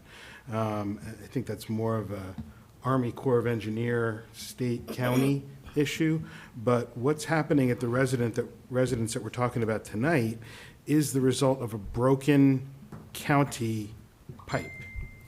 And that pipe keeps breaking more and more, and every time it breaks, the surges of stormwater that come through it break away land, and then when the salt brook overflows, and I've talked to many residents who live on the salt brook, and they have confirmed that over the past 30 years, the levels continue to rise. More and more of this dirt washes away. Now, the particular residence that we're talking about here has lost 50 out of 75 feet of their backyard, something like that. And, the county is refusing to fix their pipe until we stabilize the land. And, if we don't, in 10 years, her house will be in there, and then it'll be Springfield Ave. But even once we do stabilize it, she's not going to get most of her property back. And that's a shame. And that breaks our hearts. But we do have to, and I don't know if I'd call this a Band-Aid, I think I'd call it a tourniquet. We have to stop this now, and then we also do have to do something as we continue to develop. And there are other big developments proposed for that side of the street, and that's where the stormwater goes. It goes right into the salt brook instead of into the ground where most of it's going now. So I support this, and I just wish we could have done it sooner. Councilwoman Hamlet. Thank you, Council President. I would say that this is something none of us take lightly. I'm sure the headlines tomorrow will be that the City Council is helping an individual property owner. The good news is we have an excellent city solicitor who always seems to lead us in the right direction. And the legal advice as well that we've been given as a council. Some may argue that Saltbrook stabilization is about fixing private property. But New Jersey law, especially the Supreme Court's decision in Posey versus Bordentown Sewage Authority, makes it very clear that if a dangerous condition starts on public land, or with, as we can see in this case, the storm pipe from the county, makes a dangerous condition, starts on public land, and foreseeably harms private property, the city can still be held liable. In other words, we can't ignore erosion or collapse just because it crosses a property line. If we know that municipal stream banks are failing and doing nothing leads to damage, that's a legal risk that we have to take on. It's smart stewardship, and it's good risk mitigation. I would further say, Director Schrager, you can educate the public a little bit on the other aspects of what we're about to fix with the culverts. So the county is fixing a few things, and then we're potentially fixing a few more things. And we're obviously in discussion with the state and DEP and everybody else around this. Yes, through you, Council President. So I don't recall if it was a year or 2 years ago, but there was 2 unowned parcels of land between Tulip. It goes alongside Tulip, but it starts at Ashland and goes through Linden and Oakland, which the city did, I'll use the word inherit, but it was just basically when it's a defunct owner, we took ownership of those properties, which essentially just, the only thing on the property is the salt brook. So in that area itself, we are currently permitting just to get those, get desnagged, to repair the walls that are in there, just to basically extend the life of the culvert and the salt brook in that location for the first 2 blocks. So that is being looked at right now. Otherwise, downstream, we do have plans at the Division Avenue Bridge, which is more just to stop trash from, well, it's trash rack, but it's really just to stop some of the vegetative debris that winds up down there after a storm. So we do have that permitted. We're working with the county. Otherwise, the property up along the stream, we only have 1 small parcel, which we've removed some trees from, but that is all we've done there. Thank you. Other comments from Council council? President. Yes, Councilman Boyer. So I don't know if folks understand the magnitude of this, but let me give it an illustration.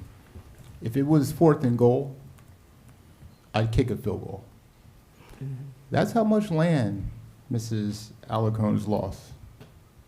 I mean, it is dramatic and it is scary. However, as much as I feel for the resident, and yeah, you know what? I'm concerned about residents. I am. I'm actually elected to represent them. And by doing so, I'm also here to represent the city and make sure that the city doesn't have liability. Now, when we talk about the stream and this issue was here 3 years ago. I mean, I remember when I was running for council and I came up here and I was saying the same thing to the council members up here and nothing happened.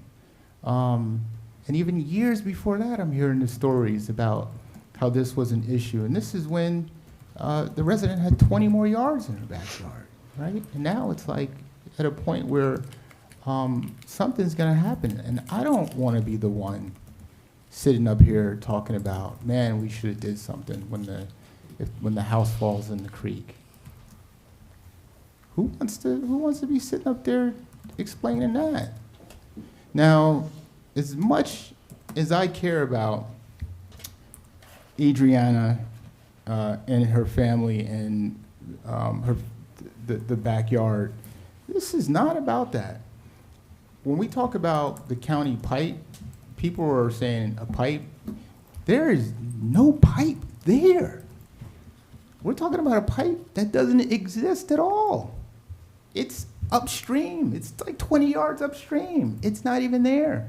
So the water just comes out and it just floods. And actually, the last storm, I've seen a video, it creates a swirl.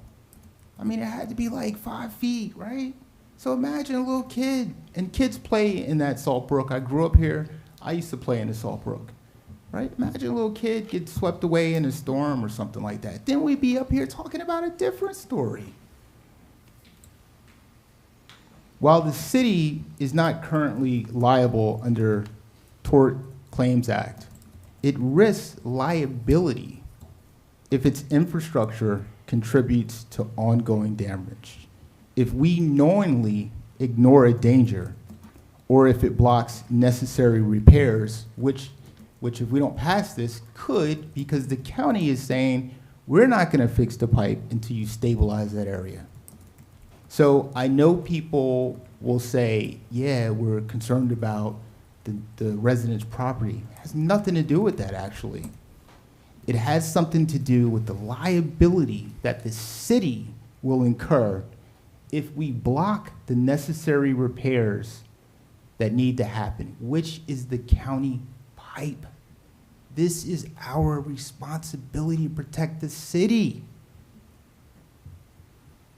And we shouldn't make it anything else about that, because if it is, it's politics. let's not always be political. This is something that we need to do. And I've been raising a flag about this for almost 2 years now. Let's say 3 almost.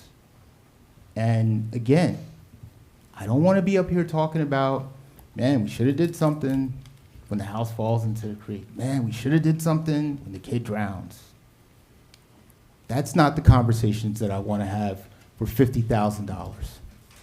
Thank you, Council President. Thank you. Other comments? Just very Yes, briefly. Councilwoman Toth.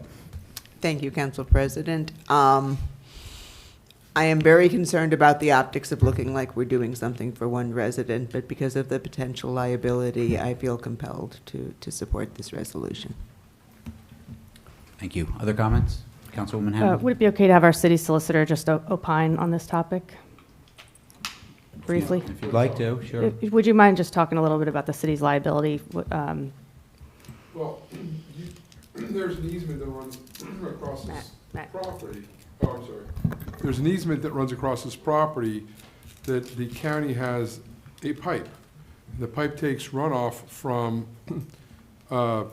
county roads that you have to get that water off the road to make sure that the roadways are safe.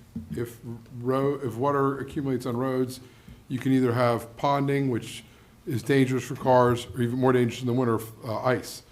It's dangerous for pedestrians and automotives. So the pipe, which is taking water runoff off your roadways into the Salt Brook, that has to be repaired. The only way you can repair it is by stabilizing this one portion of the bank where the pipe runs into. So what the city is doing, in conjunction with the county, is to repair a current county pipe easement that takes runoff off of city property that all residents and visitors enjoy. So to do nothing puts the city and the county in harm's way because we have to get the water off of it into a stream that then dumps into a river. So it's our recommendation that you guys do go forward, working with the county, to merely stabilize it. The actual repair of the pipe, that's the county's responsibility. Thank you.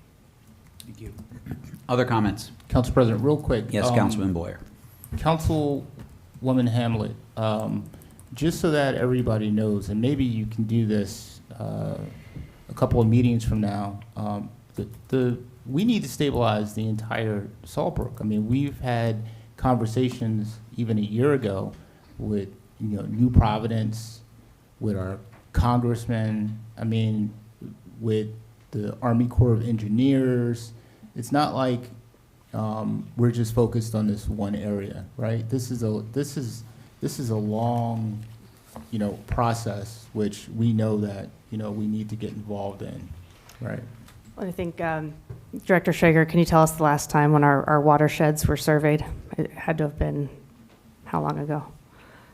Probably over 50-something years. No, through you, Council President, so we have, just to kind of shed light on the Salt Brook, is the drainage area is approximately 1 square mile, which means basically 1/6 of the city does convey its stormwater through there. So we have some idea and concept that we've drawn up of what the watersheds actually are. And in this case, it is, serving as a system for the city's stormwater runoff, which is why it is generally, a fast-hitting event that happens there. I mean, people who live in the Salt Brook will tell you it comes up very quickly. If you go the next day, it's right back to being a trickle. Unlike, Passaic and Rockaway rivers where it's, 12 hours, 24 hours later that it hits peak, this basically hits peak as the peak rain is hitting, and then it goes down very quickly. As a result, though, you have a high velocity, which does result in more prone to erosion and bank impact. So that's just kind of sums up the watershed that this is in. So it is a large watershed. It's the city's largest that does go to this stream. We have pursued, Army Corps has been out. Unfortunately, with the Army Corps, is it work they do? Absolutely. Is it work they'd be excited to do? Absolutely. You're competing with 50 other states as well as our territories where the problems might be more significant or impact lives and houses more readily or more quickly. So nothing has trickled down from there, but we do reach out when we can, and they have been out when they can. So that's kind of the challenges that we're up against. Yeah. Thank you. Yeah. Other comments? My only big comment on this would be, I do share concerns and optics around, as sad it is, and I went and saw the backyard, Ms. Alicon's, and it's disturbing. It's a lot of erosion. But I do think, it's a slippery slope, one that I don't think the city should go down around, fixing erosion problems on private property. This is different, though. It just is. There is a county pipe. This is about public infrastructure. That's why this is different. The county can't do anything, and as our attorney pointed out, that pipe services, water runoff for public roads, that entire area. If we can't get the bank stabilized, they can't do that work. That's why this is different. This is an investment in public infrastructure. It's not an investment. As much as I'd love to help out private residents with erosion, it's not an investment in private property erosion mitigation. That is not the city's business. The city's business is to facilitate public infrastructure improvements and such, and that's why I do support this. We need to do that. I think the benefit of it will be to help that poor resident, because it is sad to see all that erosion happen, and no one. It's horrible to go through when you own your property and that happens. But so there's a huge benefit from that, but we do have to make sure that we're focused on our infrastructure, and this does do that. So I do support the resolution. All right, all in favor? Aye. Opposed? Motion carries. All right, next capital projects resolution number 5, Councilwoman Hamlet. Actually, we're going to have Councilman Boyer do this one. Right, Jamal? I wasn't prepared yet. Oh, sorry, I thought you were doing it. I can 3 do and it. 1, and No, I can do it. no, I'm just. You sure? I thought you wanted to do it. No, that's all right. We were initially going to take it off, but now we find that we can change it, so. Well, do me a favor. Why don't you read it, because I want to make an amendment. Okay, fair enough. Okay. Resolution ID 11962, whereas in a memo May 29, 2025, the Director of Division of Engineering and Public Works states that due to the success of the original dog park, which was established in 2022 at the transfer station, the city is exploring the possibility of installing permanent dog parks at other locations, which could offer residents in other parts of town easier access and longer hours. Whereas the director recommends setting up temporary dog parks at Memorial Field near the parking lot by the tennis courts on July 11th and 12th, 2025, and at the southeast quadrant of the Village Green on July 25th and 26th, 2025, to evaluate public interest in the same. Whereas the director will seek feedback from users of the temporary dog parks to assist in determining future decisions.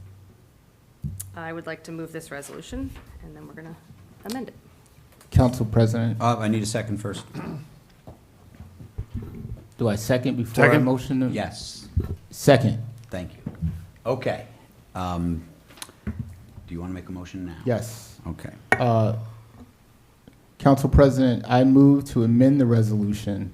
And just to explain, taking into consideration of Councilman Smallwood, who said, you know what, I support this. However, having it 48 hours is just such a short period of time. And also, I don't necessarily agree with where it was going to be placed in the Village Green or in Memorial Field. So this is where this amendment or motion to amend comes from.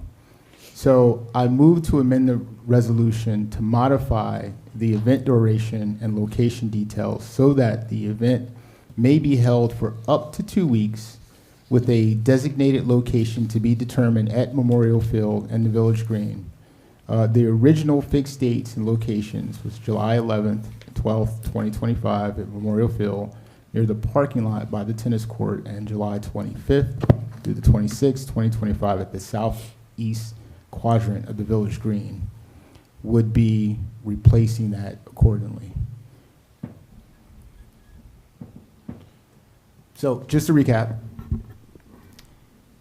I'm making a motion to amend the resolution to modify the event duration and location details so that it's up to 2 weeks and with a designated location to be determined at Memorial Field and the Village Green.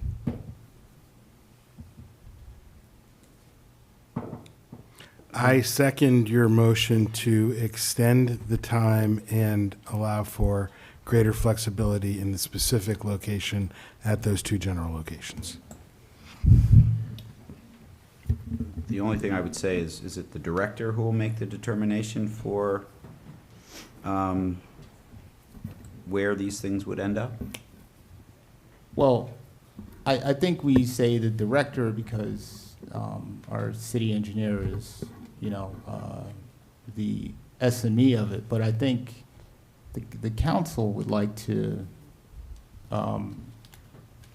put their 2 cents in here to say, hey, we think this spot may be good or not. Now, Council President, are you alluding to the fact that we should say that the director will work with council officials to determine a designation, or? Well, I think the public should know how these decisions are being made, right? I mean, right now, the public knows these were where they would be.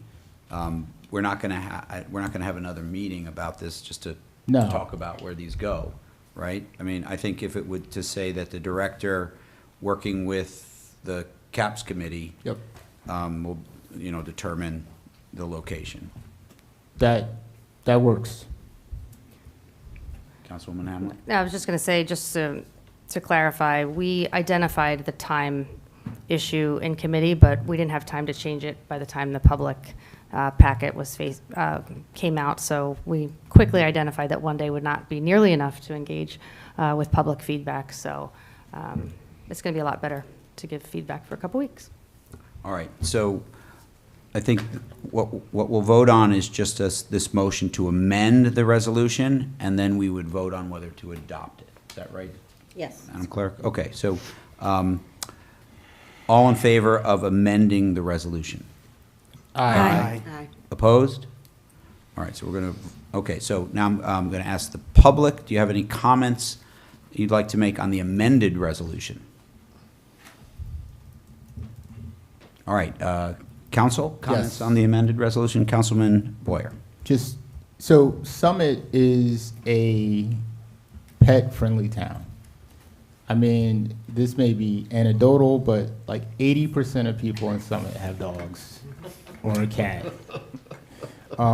This is a no-brainer, and the master plan calls for our village green to be a place where we commune, where we get together. What better area to walk your dog and get a cup of coffee and sit on a bench and talk to your neighbors while your kids are playing in the playground? This is Summit here. This will bring people to our town, for our local businesses. And, I mean, this is such a great, great thing for this town. And, I support this wholeheartedly. And hopefully we can get the dog waste dispensers going up at some point too, right? The mayor's probably laughing at me right now. But yeah, I think this is a great thing for our residents to get together and meet each other, and meet people you've never spoken to before, because who doesn't like talking about what kind of dog you got? What kind of dog is that, right? Like, yeah, So, yes, thank you, Council President. Other comments from council? Councilman Pulowski. Thank you. Right now, we have a dog park down at the dump, and it's a great dog park, and there's never anybody there. I really only ever get to go on Saturdays because it opens too late to go before work during the week, and it closes too early to go after work during the week, and it's not open on Sundays. So I don't know if we can spare the space in the middle of town, but I think this is a great idea to give it a shot.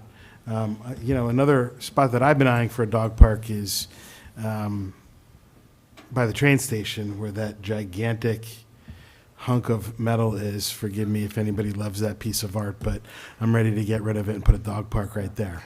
So I'm looking forward to seeing how this works out. Other comments? Madam Mayor.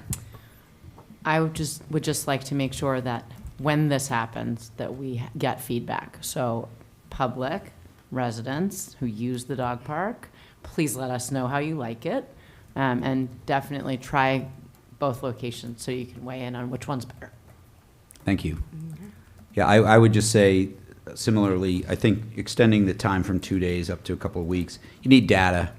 These are pop-ups for a reason. They're not supposed to be permanent. If people love them and they work out, and I'm sure there might be some people concerned with animals on the green and such like that, we'll see. Yeah. That's why you do it for a little bit. Yeah. But in addition, I think my wife does use the dog park at the dump. She really likes it. We have 2 dogs, so that's one thing. And secondly, the Memorial Field one, there's kind of an informal doggy play date there every morning already. So I think this will be nice thing for the people around there as well. So yeah, I'm all for it. Councilwoman Toe. Thank you, Council President. We are all dog lovers here, and as we've noted, dog parks allow for great community engagement. However, I don't think they're appropriate everywhere, and specifically, I'm concerned about dog parks close to playgrounds where there are young children who are often afraid of dogs. Our existing dog park was located at the transfer station specifically so that it didn't interfere with other recreational activities. We have other places in town that fit those characteristics. I'm thinking of the 4 vacant lots at the city-owned lots at the corner of Oakley and Springfield Avenue, where there's woods, there's paths. And so I think that if we want to test pop-up dog parks, we should seek out locations that aren't really close to very young children. And so I support the concept, but I don't think that I can support this resolution as it's currently drafted and amended. Thank you.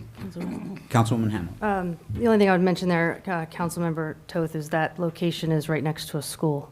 On the playground is right near a school where you're suggesting. So, yeah, I guess that had occurred to me when it was only a 2-day. Oh, right, okay. Okay. Other comments? And Council President? Yes, Councilman Boyer. I can 100% agree and assert that at the city dump, there are no other recreational things happening there. So you're absolutely right, Councilwoman Toth. All right, all in favor? Aye. Opposed? Nay. Okay, motion carries. All right, capital projects number 6, Councilwoman Hamlet. Thank you, Council President. I'm going to ask to bundle 11933, 11932, 11931, 11930, and ask Director Schrager to give a brief. Today, we spent a lot of time going over these projects, and he did it with his computer, and I thought it would be really helpful for the public to hear it from him rather than me reading 4 resolutions. So would that be okay, Council President? Yeah, just so for the public, these are all about submission for grant applications. Is that correct? Correct, yes. Yeah, so Director Schrager. Thank you. Through you, Council President. So the state of New Jersey through NJDOT does solicit grant applications at this time. They are all due July 1st. Unfortunately, our council meeting is July 1st, so we have to do them at this meeting to get the resolutions for the projects we want. It is not just a carte blanche sort of wish list that you can pick. They have to be projects that meet the requirements of the program, and specifically, so there's, let me just see the order. So we'll go in order. Is the first one is Safe Streets to Transit program, where that specifically details that it's within a certain radius of your transit hub, or it could be a bus stop. So for us in the past, we have done projects that center around our train station, which also overlaps then with our transit village and program, which is separate. So, but this year, what we are seeking is what we have called the Safe Streets, the River Road Corridor Bus Access Connectivity Project. Used a lot of words, hopefully to get some appeal from DOT. But the intent is on the north side of River Road, you do have 2 bus stops.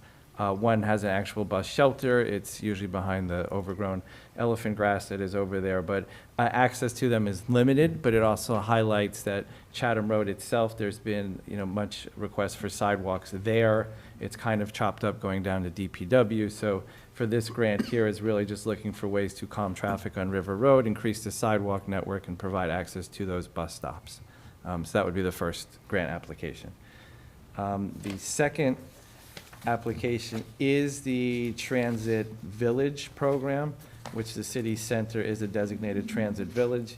This is somewhat competitive. I believe there's only $1 million available for the, don't quote me, maybe it's 14 or 18 municipalities that are transit village designated.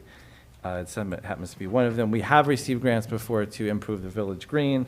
With the 4 phases being done there, we'll take another shot at what we're calling the transit village, the accessibility and mobility enhancement project around the village green. So what we have here is we're doing the Maybe Playground, which is fully inclusive. However, we don't have any accessible parking spaces adjacent to it. So we'd be looking to increase ADA accessibility throughout the southeast quadrant, which is where the Maybe Playground is, as well as in the YMCA and library lot, which needs some ADA upgrades. And all of these projects at the Village Green didn't focus much on the perimeter sidewalks, the larger ones. Some of those are nearing their life and need to be replaced. So we will incorporate that as well as additional pedestrian safety measures. And we're also going to lump in the bike shelter, which should be open shortly, just to improve accessibility there, even because we're utilizing the existing sidewalk network there. So it could be a little tricky to get access to it, but as that grows in popularity, we hope to increase that through this grant. And then the final 2 are their standard local aid grant submissions, which the DOT continues to, as of last Wednesday, always recommend that you apply for 2 and you prioritize them. In our history and other colleagues I have in other towns, they've never awarded 2 to your, I'll say smaller towns, but outside the 100,000 population cities. So we do always apply for 2. For these grants, though, the projects generally need to be a little more, have traffic volume, so you're not going to just do a routine paving program. You'd look for roads that connect to other county roads, service schools, businesses, parks. So it does reduce the list we have. So we don't typically apply for the worst streets we have because it just may not qualify. So this year we do have as a priority 1 is Bryant Parkway. And that neighborhood, we would do Edison and Mead, whose pavement is coming up on the, its life is nearing its end. So we'll try to get ahead of it there. There has been, requests and discussions of sidewalks and traffic calming measures on Bryant Parkway. And then as a number 2 would be DeForest Avenue. Again, that's pushing over 10 years since it's been paved, but now we have, renewed interest in potentially bike lanes and other traffic calming and pedestrian safety measures that we would put there. As I said, we typically apply for 2. We have never got more than 1, and 90% of the time we get our priority 1. So I think that's a brief summary of the 4 grants we have. Great, that was excellent. Yes. Thank you, Director Schrager. Okay, do you have anything else to say? No, I would just like to thank Director Schrager and his team. When I sat down in the last week or so to inquire about these projects, just the knowledge that he has around what else needs to be fixed in Summit is phenomenal. And he makes a great point. We're making maybe ADA accessible, but the perimeter sidewalks aren't accessible, and we don't have enough ADA spaces at the library. And if you look at down near River Road in Chatham, one woman I think was killed last year down in that area. That Chatham Road area, there's a lot of businesses and there's no sidewalks. And I just wanted to give kudos to you and your team for just identifying what really is needed, because it would have taken all of us, a longer time. So, great job with all these. And I would say City Administrator Baldwin, we would just have to highly motivate Millennium to make a really good sales pitch for these, because these are really exciting projects that I think we really need, so thank you. So, with that being said, I am bundling, these are resolutions 11933, 11932, 11931, 11930. I'd like to bundle those, Council President, and move for a resolution. Do I have a second? Second. All right, comments from the public on those resolutions? Comments from council? Councilman Boyer. Briefly, one of the keys to these grants is that there are no matching funds. Right? And that is a huge thing. So these are all 100% coming from the grants. The city does not have to match these funds. DeForest, I think, is in need for some traffic calming measures, so I look forward to that. Passaic Avenue, as Councilwoman Hamlet intimated, needs some sidewalks. There have been residents dating back, a year ago that says, listen, I can't cross the street because the sidewalks are not connecting. There are strips of Passaic Avenue where there are no sidewalks, and it's definitely dangerous. Bryant Parkway, another good one. So this is, to Councilwoman Hamlet's point, I really hope that we get these grants. They would be really helpful for our town. Thank you, Council President. Thank you. Other comments from council? All right, all in favor? Aye. Opposed?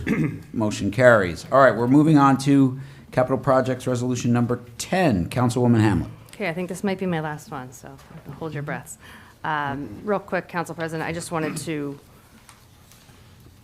discuss this resolution or explain it. It's a little complicated for a couple different reasons. This is 11882. This is regarding the recreational open space inventory. This is a foundational document required by the New Jersey Department of Environmental Protection and Green Acres program.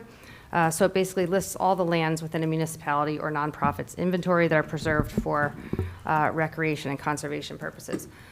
What I will say about this specific recreational open space inventory, when we received the funds for Maybe Playground, which are Green Acres funds, $750,000, we're required to update our recreational open space inventory, which we updated last year. However, to further complicate it, Tatlock and Martinsbrook Park, after 4 weeks of discussion, are one parcel on the tax map. So in order to be compliant with Green Acres, we have to include block 4011, which is all of Martinsbrook and all of Tatlock, on the recreational open space inventory. So that will go to the planning board. There are other parcels which I really think need to be on here, but in order to get the funding from Maybe Playground, we had to update at least this piece. So it took a while to get this right, but there's a reason why we're doing it this way. It would be really expensive to subdivide that lot right now, and it would just be very complex. I also just wanted to note that in the memo here, there is a Scribner's error, which I just wanted to point out in the last sentence. It says Green Acres has confirmed that the improvements currently being considered at Tatlock would be impacted by this change. And after speaking with Director Schrager today, we both agreed there should be a not in there, would not be impacted. So because all of those funds are not going to be encumbered by Green Acres because they weren't funding the Tatlock piece. So I hope I was clear. If I wasn't. For the record, though, that language is not in the resolution. Correct. You're voting Yes. on the resolution. Yes, I know. I just want to say I just want to correct the record for the memo. Okay. So with that being said, this is resolution 11882. Whereas in a memo from the Director of Division of Engineering and Public Works, he advises that the Summit Recreation and Open Space Inventory, the RASI, was previously revised by the Department of Community Programs on February 20th, 2024. Whereas it was discovered by NJDEP Green Acres that the area of Martinsbrook Park, the map currently appears as including only 5 acres of the park and should actually reflect the entire area, which is closer to 30 acres. Therefore, resolved by the Common Council of the City of Summit, the RASI list be reflect the full acreage of Martinsbrook Park, which is closer to 30 acres, The mayor is certified, authorized to sign the certification confirming that the Rossi list has been updated and will be sent to the planning board for review and signature. I'd like to move the last resolution. Second. All right, comments from the public? Comments from council? Councilman Boyer.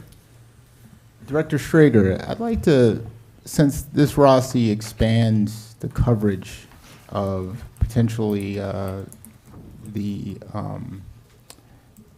New Jersey Department of Protection, their authority, would we have to get NJDEP involved if we wanted to, let's say, build a Tatlock or do anything at Tatlock, parking or any kind of modifications down there? Will this kind of prevent us from doing things without oversight of the government? Well, through you, Council President, it's we have confirmed through them that a lot of the uses that have been proposed, well, actually all of the uses have been proposed, whether it's field restoration or a new concession stand or parking lots, all support the purpose of recreation and the uses that are approved through the Green Acres program.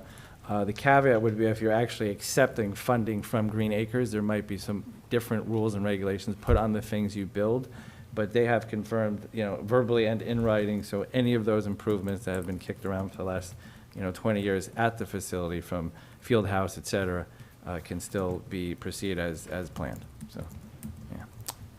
That is excellent. And although I know a couple of members of the NJDEP, they came right down to the Salt Brook to take a look at it, and they were like, yeah, we'll give you permits. I know how difficult it could be if you wanted to do something and, they were involved. And once again, NJDEP, I love you. I'm not saying that, I'm just throwing it out there. Thank you. Yeah, if I could just to follow up, you wouldn't need permits. You might still need permits depending on what you do. There's the Martins Brook there, but you wouldn't need an actual permit to do work on Green Acres land. You would just need to follow the rules and guidelines of Green Acres. So, yeah. Perfect. Other comments? Just one. Councilwoman Hamlet. Just one quick one. I just want to thank David Guida. I think I might have sent him 50 questions about the Rossi in the last couple of weeks. So thank you for dealing with all of our questions. We really appreciate it. You did a great job. We really just wanted to double check and make sure that there weren't any unintended consequences of putting something in the Rossi that we weren't aware of. And thanks to our city solicitor and his team for giving us that feedback as well. And I would say thanks to Director Schrager. We actually went in and looked at all of the tax maps today, or a few of them. It was really interesting to see how old they are. So thanks for going through that. It was really cool. Thank you. Other comments? All right, all in favor? Aye. Opposed? Motion carries. All right, capital projects number 11, Councilwoman Hamlet. I'm going to have Jamel do this one. Thank you, Councilwoman Hamlet. I am honored to read this one. This is ID number 11990, appointing a Housing Authority member. I am honored to recommend Georgette Barnes for appointment as Commissioner to the Housing Authority. Ms. Barnes brings an extraordinary blend of financial expertise, executive leadership, and deep-rooted community service. Precisely the qualities needed for principled and effective housing governance. With over 4 decades of experience in banking and currently serving as the Vice President of Retail Private Banker at PPAC. Thank you, Councilwoman Toth. PPAC Private Bank and Trust. Ms. Barnes has demonstrated a unwavering commitment to ethical leadership and customer trust, and her distinguished career in banking management will definitely spill over to housing oversight. And her qualifications, this is key, extend well beyond the private sector. For the past 13 years, Mrs. Barnes has volunteered as Executive Director of Premier Community Development Corp., a nonprofit working under the Housing Authority of Plainfield. So this role has placed her at the heart of housing advocacy, neighborhood revitalization, and public accountability. And this is key because now she can offer firsthand insight into the structural and social challenges confronting the residents and administration alike. On a personal note, and I didn't know this until I actually spoke to Mrs. Barnes, she said, "Jamel, I remember you when you were a kid. Your sister used to come over to my house down on Russell Place," and she says, "I know your mama Edna," and I said, "and your sister Simone." I was like, "Oh, you know my family." So it's a 360 circle, and she is a graduate of Summit High School and has been a pillar of this community for a long time. So I enthusiastically move this for adoption. Do I have a second? Second. Comments from the public? Comments from council? All in favor? Aye. Opposed? Motion carries. All right. Well done, Councilwoman Hamlet. We're moving on to finance. Councilwoman Toth has a few tonight as well. Okay, Let's thanks. start with number one. Well, thank you, and before I get going, interns, if you thought that was fun, it gets worse. Please go home. You could watch from your couch. I mean, Yes. just saying. Okay, this is Resolution ID 11965, and this resolution rolls over existing bond anticipation notes that are coming due. City Administrator Baldwin and Finance Director Kobliska plan to join them to the recently approved 2025 capital projects and create one long-term bond issuance so that we can obtain the best terms possible. But in the meantime, the city must pay off $13,430,100 of notes coming due, and this resolution just does just that for the short term. I move to adopt this resolution. Second. All right, comments from the public? Comments from council? All right, all in favor? Aye. Opposed? Motion carries. Finance number two, Councilwoman Toth. Thank you, Council President, and we're going to bundle resolutions 11937 and 9911. I typed too many 11991. numbers. Yep. Typed too many numbers in there. But these bundled resolutions follow our recently adopted salary ordinance. And the first one, 11937, provides for salary increases for long-term, non-union employees who have topped out on their step increases. And the second, 11991, authorizes salary increases for employees due to step and/or longevity increases as of July 1st. I move to adopt these bundled resolutions. Second. Comments from the public? Comments from council? All right, I would just say on the effective January 1st, so this will be like back pay, right? Because there's calendar year. Yeah. So, because we don't adopt our budget until, was it May this year? Beginning of May? These employees are all owed some back pay, so it'll be a nice little summer present for them. All right, all in favor? Aye. Aye. Opposed? Motion carries. All right, finance number four, Councilwoman Toth.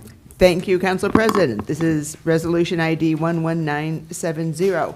And earlier this evening, we heard the presentation from Lisa Hibbs on the Government Energy Aggregation Program.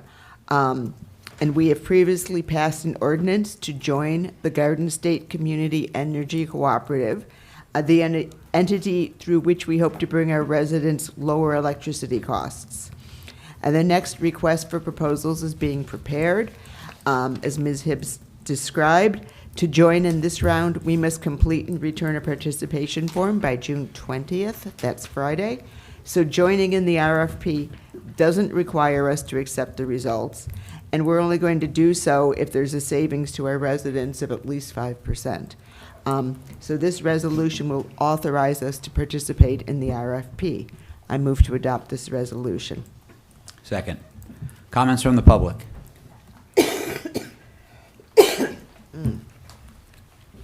Good evening. Tom Zieber, 768 Springfield Avenue. First and foremost, to Council President McTiernan and Councilman Pulowski, Boyer, and Smallwood, I hope you all had a wonderful Father's Day. And I just wanted to say I think it's really terrific to have local leaders who set an example not only in their roles behind the dais, but as parents too. And that, of course, applies to our other council members and mayor as well. I'd just like to commend and thank the council for its decision to establish an energy aggregation program and join the Garden State Community Energy Cooperative back in March. One of the things I've admired most about this council is its commitment to putting residents first, and these measures do exactly that by providing for potential savings on utility costs at a time when they're rising statewide.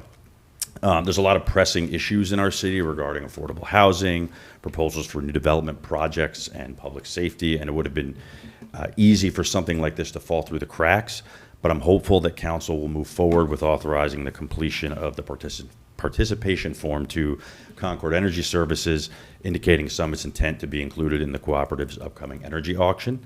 As a resident, I truly appreciate all your hard work in connection with this initiative. Thank you. Thank you. Other comments from the public? All right, comments from council?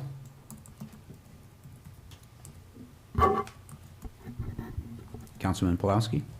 Yeah, I do think this is a good idea, and I just wanted to, Councilman Smallwood's not here today, but he was the driving force behind this, so I wanted to just thank him, if he's watching out there somewhere. Great. Other comments? Yeah, I would also like to thank Councilman Smallwood. He pushed this. I know this came up several years ago, and when I was first on council, and the numbers didn't make much sense after a little while. But yeah, I think this is great, and these are the things that I think I will commend the state legislature for passing this. This is a while back, a dozen years ago or so. It is a way that municipalities can aggregate and have buying power. And so this was a very, very good idea to put some municipalities on par with our utilities.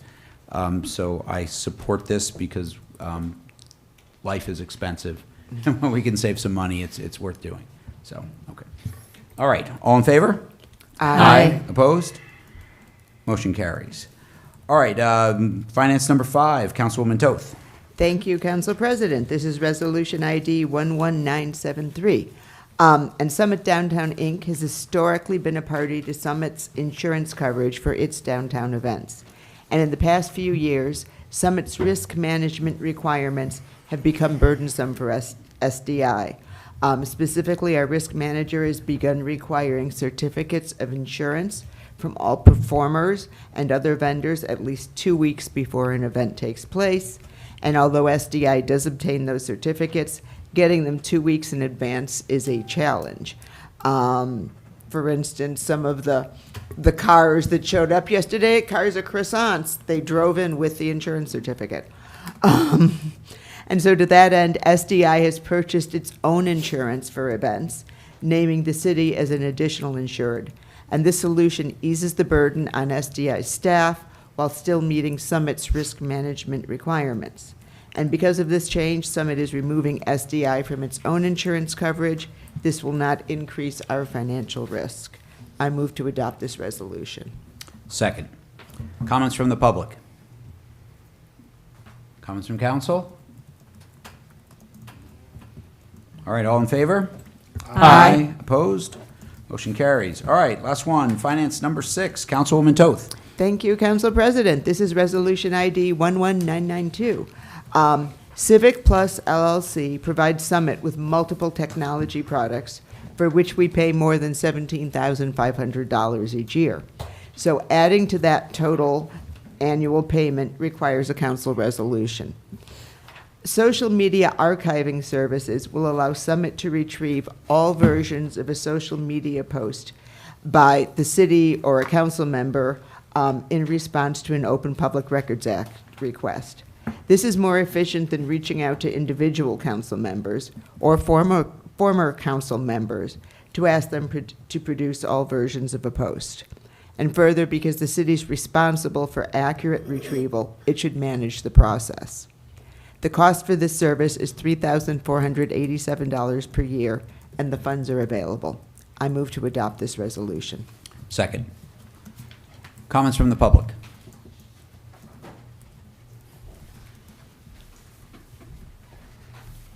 Lisa Allen, 27 Plain Street. Through you, Council President. I'm just curious, when you said a council member's post would be retrieved, if that is from their personal Facebook page, and/or would it be oftentimes council members will set up or establish a council page?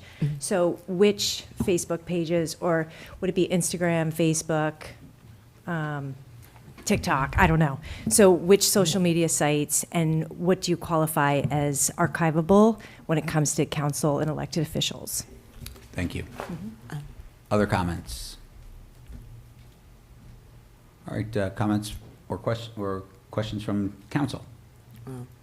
I was going to say, Yeah. Perhaps City Administrator Baldwin can do a better job of answering, responding to some of that than I can. I know we had this discussion last week in Finance. We did, and through you, Council President, I actually, if Jenny Hoff, our Communications Director, doesn't mind weighing in, she has attended some lengthy seminars, and I think she's better qualified to answer than I about these questions with the social media archiving. Do you mind, Jenny?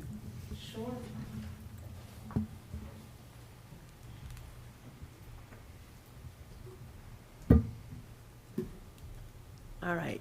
So specifically, what would you like to know about the social media, like why it's necessary? Because we talked a little bit about it at the Well, committee I meeting. believe we had discussed that it was both individual pages if city business was discussed and council pages? Yes, so it would include public council pages that are used Sure. for council purposes to talk about city issues, and also for our own pages, both through police and city and the Department of Community Programs. Yeah, so all of those. If a council person has a separate personal social media platform where they talk about their dogs and stuff Yeah, like that, no. that doesn't fall No, under this is just for the public-facing pages. On our city website, right, Jen? No, this is for city council members, their own public pages when they're in office, Okay. where they put city information out there as well. It's all public information once it's put out there if you discuss city business and you're an elected official. But it So- would also include Instagram and Yes. other social media Yeah, sites. all the ones that they have access to. So I believe it's Twitter, Instagram, and Facebook. Council President? I have one question. So currently, and then, Yeah. currently, so the way it would work now, since we don't have this service, if we have something that's Oprah, that would then, the clerk would reach out to the council member and then would have to then retrieve all that information. Is that how we're doing it Yeah, now? that's how it works. Okay. Yeah, it's And so just- this will all be automated then? Yes, automated, and it was, if somebody changes their comment later, even somebody who comments on your page, that they go back and edit it, the original comment is still accessible through the search, which is important, because right now, through the normal archiving system from the social media, if somebody changes a comment that they made on your page, you can't find it later. So it would give you kind of a second-by-second snapshot of everything that's on there. Yes, Councilman Boyer. That was actually my question.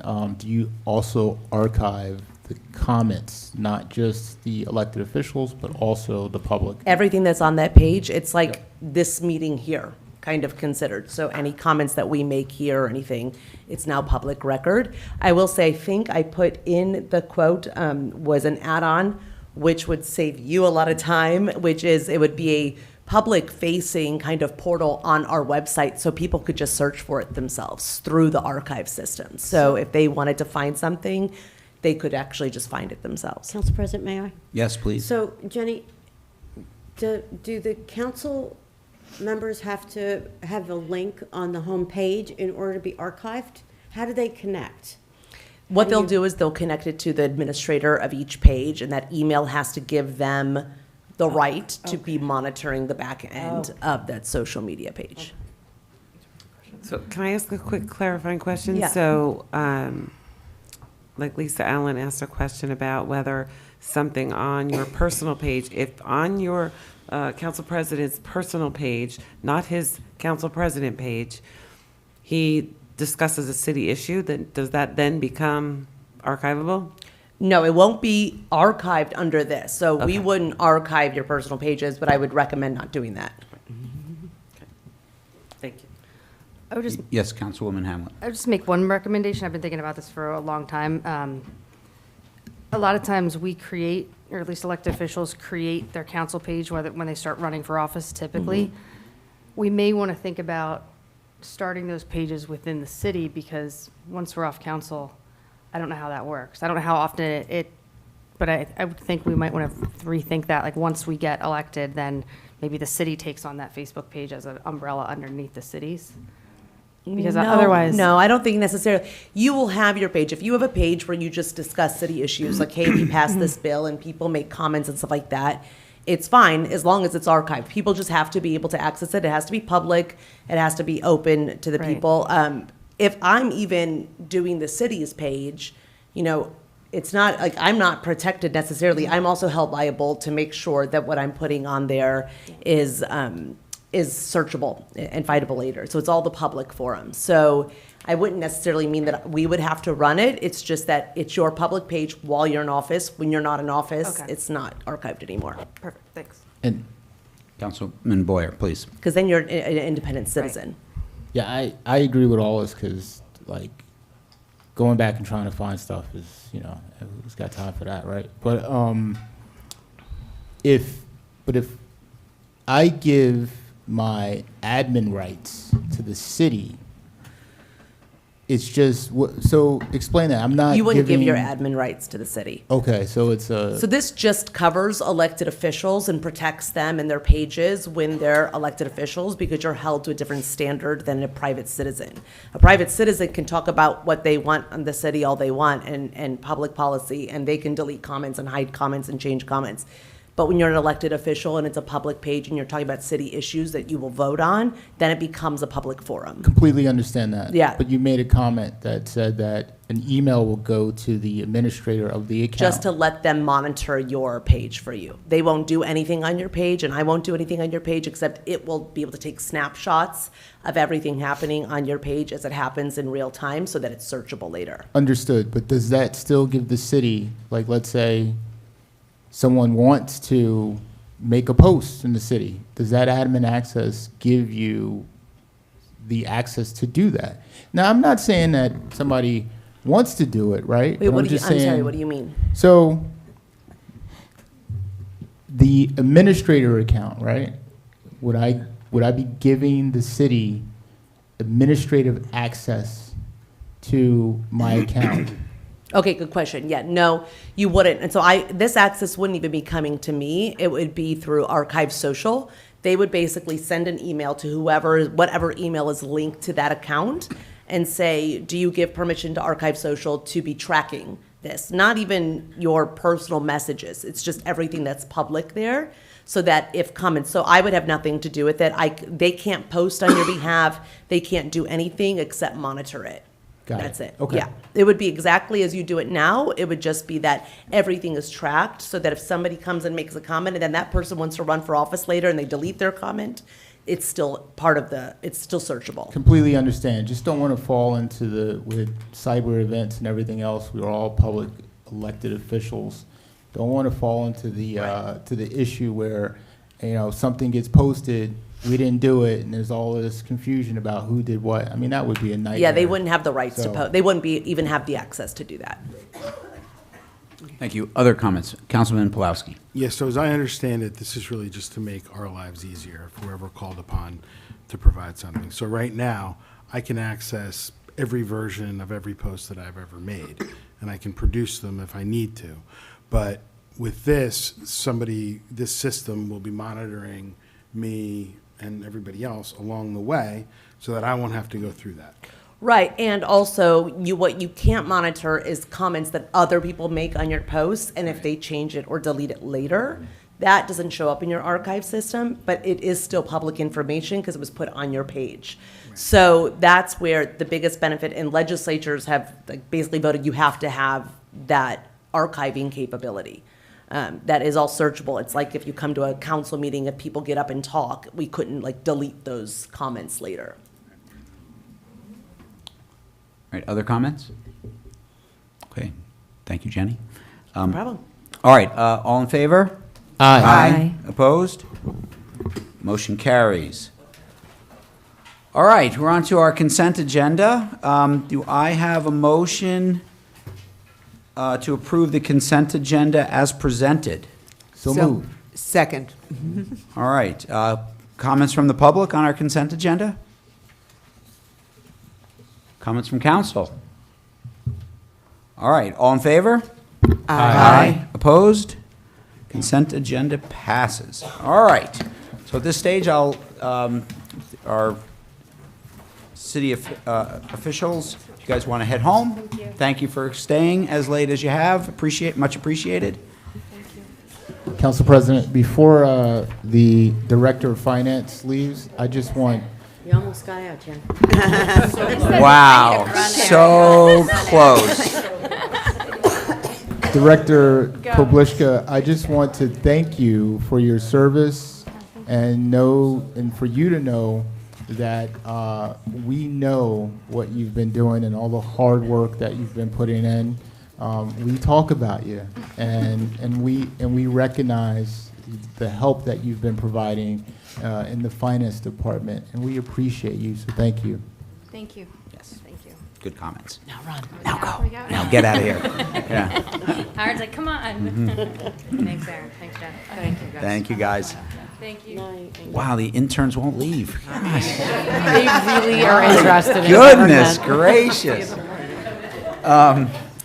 All right.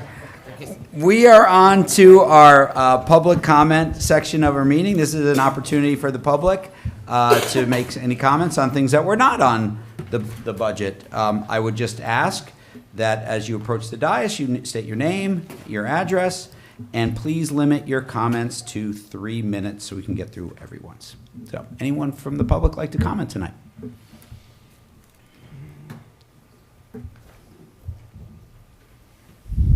Good evening, Jacqueline LaSaracina. I'm a resident of Summit. I'm here to ask a few questions about public safety.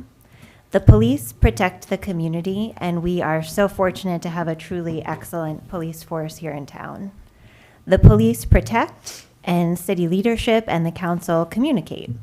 They communicate to residents about public safety matters. I believe it's the case that in the last month or so, we've had 3 home invasions, Ashland, Sunset, and Larned, in addition to some number of attempted home invasions and car thefts. I feel the community needs more information so we can make better decisions about how to protect our homes. I respectfully ask that council please share the following information and more, if available, from the last year, and this information should of course be anonymized and aggregated. At what times of day are the home invasions and car thefts occurring? Are the criminals entering through back doors, windows, garages? Do the homes have alarm systems? And are the alarm systems turned on at the time? Do the homes have security cameras that are capturing images that are helpful to the police? Where cars are stolen or attempted stolen, did the homes have key fobs in a Faraday box? And where were the cars parked? Separate but related, it's been about a month almost since the incident at Walnut Street. Would appreciate knowing when the community can expect an update on the results of the internal investigation. And respectfully, the large piece of metal near to the train station is called Louie. It was created by a friend of Summit, DeWitt Godfrey. I think actually Madam Mayor Fagan, you may have generously sponsored Louis at the Summit Public Art Gala a few years ago. It is brought to us, it is made possible by the dedicated volunteers and generous sponsors of Summit Public Art, of which I am a member myself, full disclosure, and I would encourage everyone to go and check it out. Thank you. Thank you very much. All right, other comments from the public?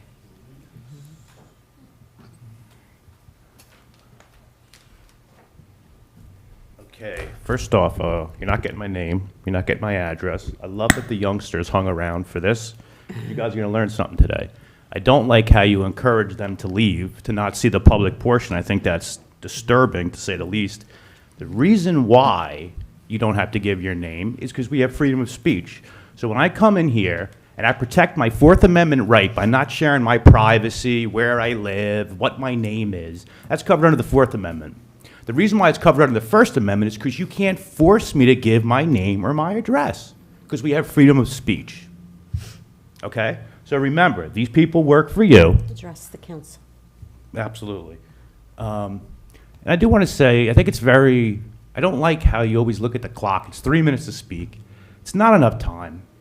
6 minutes per month for the public to speak is not enough time. And after 2 minutes, well, the clock is not even on now, so we've messed that up.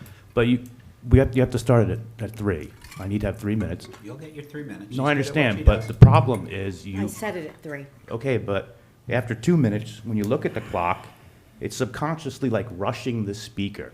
I'm trying to keep It's my time to track. talk, That's please. my It's my style, time to sir. talk, I'm please. sorry. But I need to see how much time I have, and now it's at 0. So who's keeping track of the clock? Your time is up. My time is up? No, I think it's, Oh, wow. no, Did My he time go is 3 up. We have to minutes? start the Would you clock like at me 3 to minutes, add please. add, some time? add 2 minutes. Okay. And this is why they wanted you guys to leave, because they don't want to see this. They don't want you guys to see this. That's ridiculous. Oh, God. Housekeeping here, I'm telling you. It's what a boring meeting, too. I almost fell asleep, and thank God the ordinance wasn't passed when Councilman Boyer and Councilman Pulowski voted on the napping ordinance, the sleeping ordinance, because then the chief could have arrested me for falling asleep at this boring meeting. Wow. So, you know, if you guys have looked into me, you know who I am. Hopefully you've checked me out, and you should. You should do your homework. I don't come here, I don't come to towns, whether, it's not about political, I don't do left and right politics. I do right and wrong, okay? I was in Lavalette filming a meeting, as I'm doing right here. They asked for advance notice. I gave it to them. What they wound up doing? Arresting me. And you know who arrested me? The mayor. The mayor gave the order to have me arrested. You know who arrested me? His son, who's the sergeant. The other son is the chief of police. Is Holy- this per- dude, excuse me, talking is this spe- pertinent I to am Summit? We do don't not care cut- about I don't Lavalette. care if you care. It is my time to talk. You are not allowed to disrupt me. can't Robert's do it. Rules of Order. Please, Council President. Please- It's my time to talk. I'm please trying to make a talk point about that it's. Summit. I am trying to. No, I can talk about whatever I want. It's not about left and right. I don't care if it's a full Republican council or full Democratic council. I've been at Edison, all Democrats. I'm known for bringing props to meetings. You know what they did in Edison? They banned the American flag because of me. They banned props because I like to bring props. So after hearing the stuff that you said last time, we're free to say whatever we want. That means we're free to say whatever we don't want. It was very disrespectful what you said last time. So I have a prop here. And this is a artificial intelligent magic 8-ball. I'm going to ask you right now, does Council President Mike McTurnan understand the constitutional core issues surrounding this? Got to give it a shake. Mike McTurnan is unable to understand constitutional protections. Thank you, His your virtual time's up. Magic 8-ball loves to give long, precise answers. However, the answer in simple terms is no way. Thank you, your time Even is up. artificial intelligence believes you don't understand constitutional Well, that's awesome. values. Thank you for your comments. Do better, do better. Come back next time. Oh, I will. Awesome. Any other comments from the public? Don't cut me off. Lisa Allen, 27 Plain Street. I just wanted to say that, through you, Council President, thank you. I heard a comment about public safety and the concern about public safety. Home break-ins and car thefts are one of your most important jobs. And keeping this community safe is job number one. And I know how hard it is to make legislation at a municipal level that keeps the community safe. And so I'm glad that we're all in agreement in this room that we should have ordinances and various strategies to hopefully figure out how our homes don't get broken into. It is, my blood turned to ice the other day when Tulip had another break-in. So I want to say thank you for continuing to keep your eye on this. I want to say thank you, even though I shouldn't, for the 12 affordable units in the church. They put their money where their mouth is, and that is phenomenal. And that's the kind of creative thinking that we need to keep focusing on and keeping at the forefront. And thank you to the interns for being here. Thanks to the city for supporting them being here. You're going to learn a ton. And I think this is absolutely the beginning of whatever career that you want. Public service is one of the most important things you'll ever do in your life. So thank you to the city for allowing this opportunity. Thanks. Thank you. Other comments from the public? Okay, we'll close the public comment section of our meeting and go on to council member comments and new business. Who would like to start? Councilman Boyer. Shout out to Mr. Anonymous. Listen, I watch Audit the Auditor like all the time because listen, I believe in people's rights. They're important. I had I don't know if there's anybody up here that's taken more abuse than me in the last year and a half. But you know what? You listen to people, and it is what it is. Folks have a right to make their opinions heard. In regards to law enforcement, I leave it to the chief and his expertise, right? You want to listen to the professionals, and our police chief is highly trained individual. There's something called OPSEC, right? Operational security. The thing is, when you post certain things on social media, and I do this like every day, I'm a cyber guy, right? The criminals read stuff too. So they use that information against you, right? Who's got security cameras? Where are they located? Where most of the crimes are being committed? All that good stuff. I love a good criminal because I fight them like every day at work, right? So you have to be absolutely careful about that. That's why we leave it to the professionals to post stuff about crime because they understand operational security. It's very important. Lastly, I am extremely happy to see Glenwood Vita Gala and Weaver Street on our affordable housing plan. Listen, I know it's gonna, how do we get there to rehabilitate and fix our current affordable housing that we have in Summit that is in dire need of repair? It should be our #1 focus. However, we seem to always be focused about building things, but we have structures here in town that we built, and just walked away from it. And it's like, well, how, the council president made a great point. It's like, we build affordable housing, but there's no plan to keep affordable housing. I'm talking about low-income housing, sorry, because there's distinctions. But there's no plan to keep it updated. So folks live in apartments that haven't been updated for 30, 40 years. It's a shame. As a community, we should be up in arms about this. But we're so focused about building stuff, right? But we have affordable housing here in Summit that we're not paying attention to. There should be more people coming in here saying, what's up with Glenwood and Weaver Street and our folks that we see every day?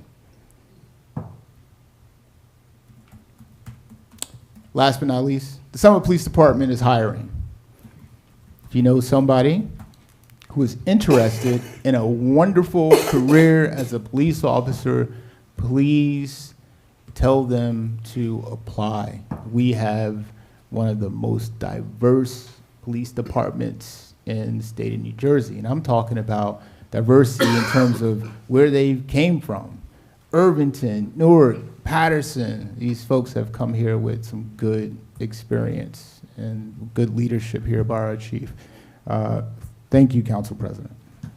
Thank you. Other comments from council? Councilman Pulowski. Thank you. So it is the graduation time of year when you all get to hear my favorite letter from some professors written in August of 2017. It's titled Some Thoughts and Advice for Our Students and All Students. We are scholars and teachers at Princeton, Harvard, and Yale who have some thoughts to share and advice to offer students who are headed off to colleges around the country. Our advice can be distilled to 3 words: think for yourself. Now that might sound easy, but you will find, as you may have discovered already in high school, that thinking for yourself can be a challenge. It always demands self-discipline, and these days can require courage. In today's climate, it's all too easy to allow your views and outlook to be shaped by dominant opinion on your campus or in the broader academic culture. The danger any student or faculty member faces today is falling into the vice of conformism, yielding to groupthink. At many colleges and universities, what John Stuart Mill called the tyranny of public opinion does more than merely discourage students from dissenting from prevailing views on moral, political, and other types of questions. It leads them to suppose that the dominant views are so obviously correct that only a bigot or a crank could question them. Since no one wants to be or be thought of as a bigot or a crank, the easy, lazy way to proceed is simply by falling into line with campus orthodoxies. Don't do that. Think for yourself. Thinking for yourself means questioning dominant ideas even when others insist they're being treated as unquestionable. It means deciding that one believes not by conforming to fashionable opinions, but by taking the trouble to learn and honestly consider the strongest arguments to be advanced on both or all sides of questions, including arguments for positions that others revile and want to stigmatize, and against positions others seek to immunize from critical scrutiny. The love of truth and the desire to attain it should motivate you to think for yourself. The central point of a college education is to seek the truth and learn the skills and acquire the virtues necessary to be a lifelong truth seeker. Open-mindedness, critical thinking, and debate are essential to discovering the truth. Moreover, they are the best antidotes to bigotry. Merriam-Webster's first definition of the word bigot is a person who is obstinately or intolerantly devoted to his or her own opinions or prejudices. The only people who need to fear open-minded inquiry and robust debate are the actual bigots, including those on campuses or in the broader society who seek to protect the hegemony of their opinions by claiming that to question those opinions is itself bigotry. So don't be tyrannized by public opinion. Don't get trapped in an echo chamber. Whether you in the end reject or embrace a view, make sure you decide where you stand by critically assessing the arguments for the competing positions. Think for yourself, and good luck in college. I got more. Graduation parking. Tomorrow is the middle school graduation, which is going to be down at Tatlock, and the day after is the high school graduation. I ask that everybody please follow the parking directives that are down there. There will be additional signs in place. We don't park on top of stop signs, we don't park on top of corners, and we don't park in front of other people's driveways. I will call the police myself and ask them to ticket you if you do. So plan ahead and be courteous to our neighbors. Finally, two more things. I want to agree with Jamel wholeheartedly about the Summit Housing Authority. We need to do everything that we can to help them get money to renovate. It's hard when we have these threats of builders' remedy lawsuits and fair share housing all over us to remember what's really important, which is taking care of the people who we have here right now in our public housing who need our help, rather than developing some gigantic building so that a small portion of it can be affordable. And thanks for reminding us of that always, Jamel. Finally, I want to congratulate the boys and girls lacrosse teams. The girls are done for the year. They are Group 3 champions, defeating Morristown by scoring a goal with 1 second left. I was there in the pouring rain. It was a pretty good crowd and lots of fun. And the boys won as well, but the boys are continuing on in the Cursed Cup, which is the privatized tournament of champions that Coach Davidson and Coach Flynn and some others put together after the NJSIAA got rid of the Tournament of Champions. So Summit will play its maybe arch rival, Westfield, at least in Union County, tomorrow at Kane University, 4:30, I believe. We're 1-1 against them this year, but they got us in the Union County final, so they're ahead of the game right now. So hopefully we can take them tomorrow. So come on out and see them. Thank you. Other comments from council? Council Madam Mayor. President, I would like to ask Chief Peters to come up and just address the residents' question. Please, Thank you. Chief. But I think she actually left already. So just to provide some context, on May 23rd, 2025, at approximately 13:20 hours, 2 Summit police officers received an alert on their mobile license plate reader advising them that a stolen vehicle had just driven past them on Broad Street. In an attempt to locate the vehicle, the officers returned to the area the vehicle was last seen and located it. Prior to initiating a felony stop, the officers relayed the license plate to our regional dispatch center, who confirmed it was entered in the system as stolen and actively wanted, which is a felony offense under New Jersey law. I understand the presence of multiple officers and drawn weapons can be unsettling to the driver and witnesses, especially in a residential neighborhood. However, when dealing with felony level offenses involving stolen vehicles, there are inherent safety risks to both officers and the public. Officers responded based on information available to them at the time. Once the driver was secured and the scene was deemed safe, it was determined that the vehicle, which had actually been previously stolen, had been recovered by another police department and returned to the registered owner, who was a family member of the driver. Unfortunately, the police department where the vehicle was located never executed the removal of its stolen status in the system. As a result, the driver was ultimately released without charges. Now, in alignment with our commitment to professional accreditation standards and continuous improvement, all critical incidents, particularly those involving potential use of force or heightened public concern, are subject to a comprehensive internal command review. This review process includes a thorough examination of body-worn and dash cameras, officer reports, communication logs, and adherence to departmental policies and procedures. Supervisory staff assess actions taken to determine whether protocols were followed appropriately, identify any areas for improvement, and implement corrective measures or additional training if necessary. These reviews are an essential part of maintaining public trust and ensuring that our officers uphold the highest standards of conduct and accountability.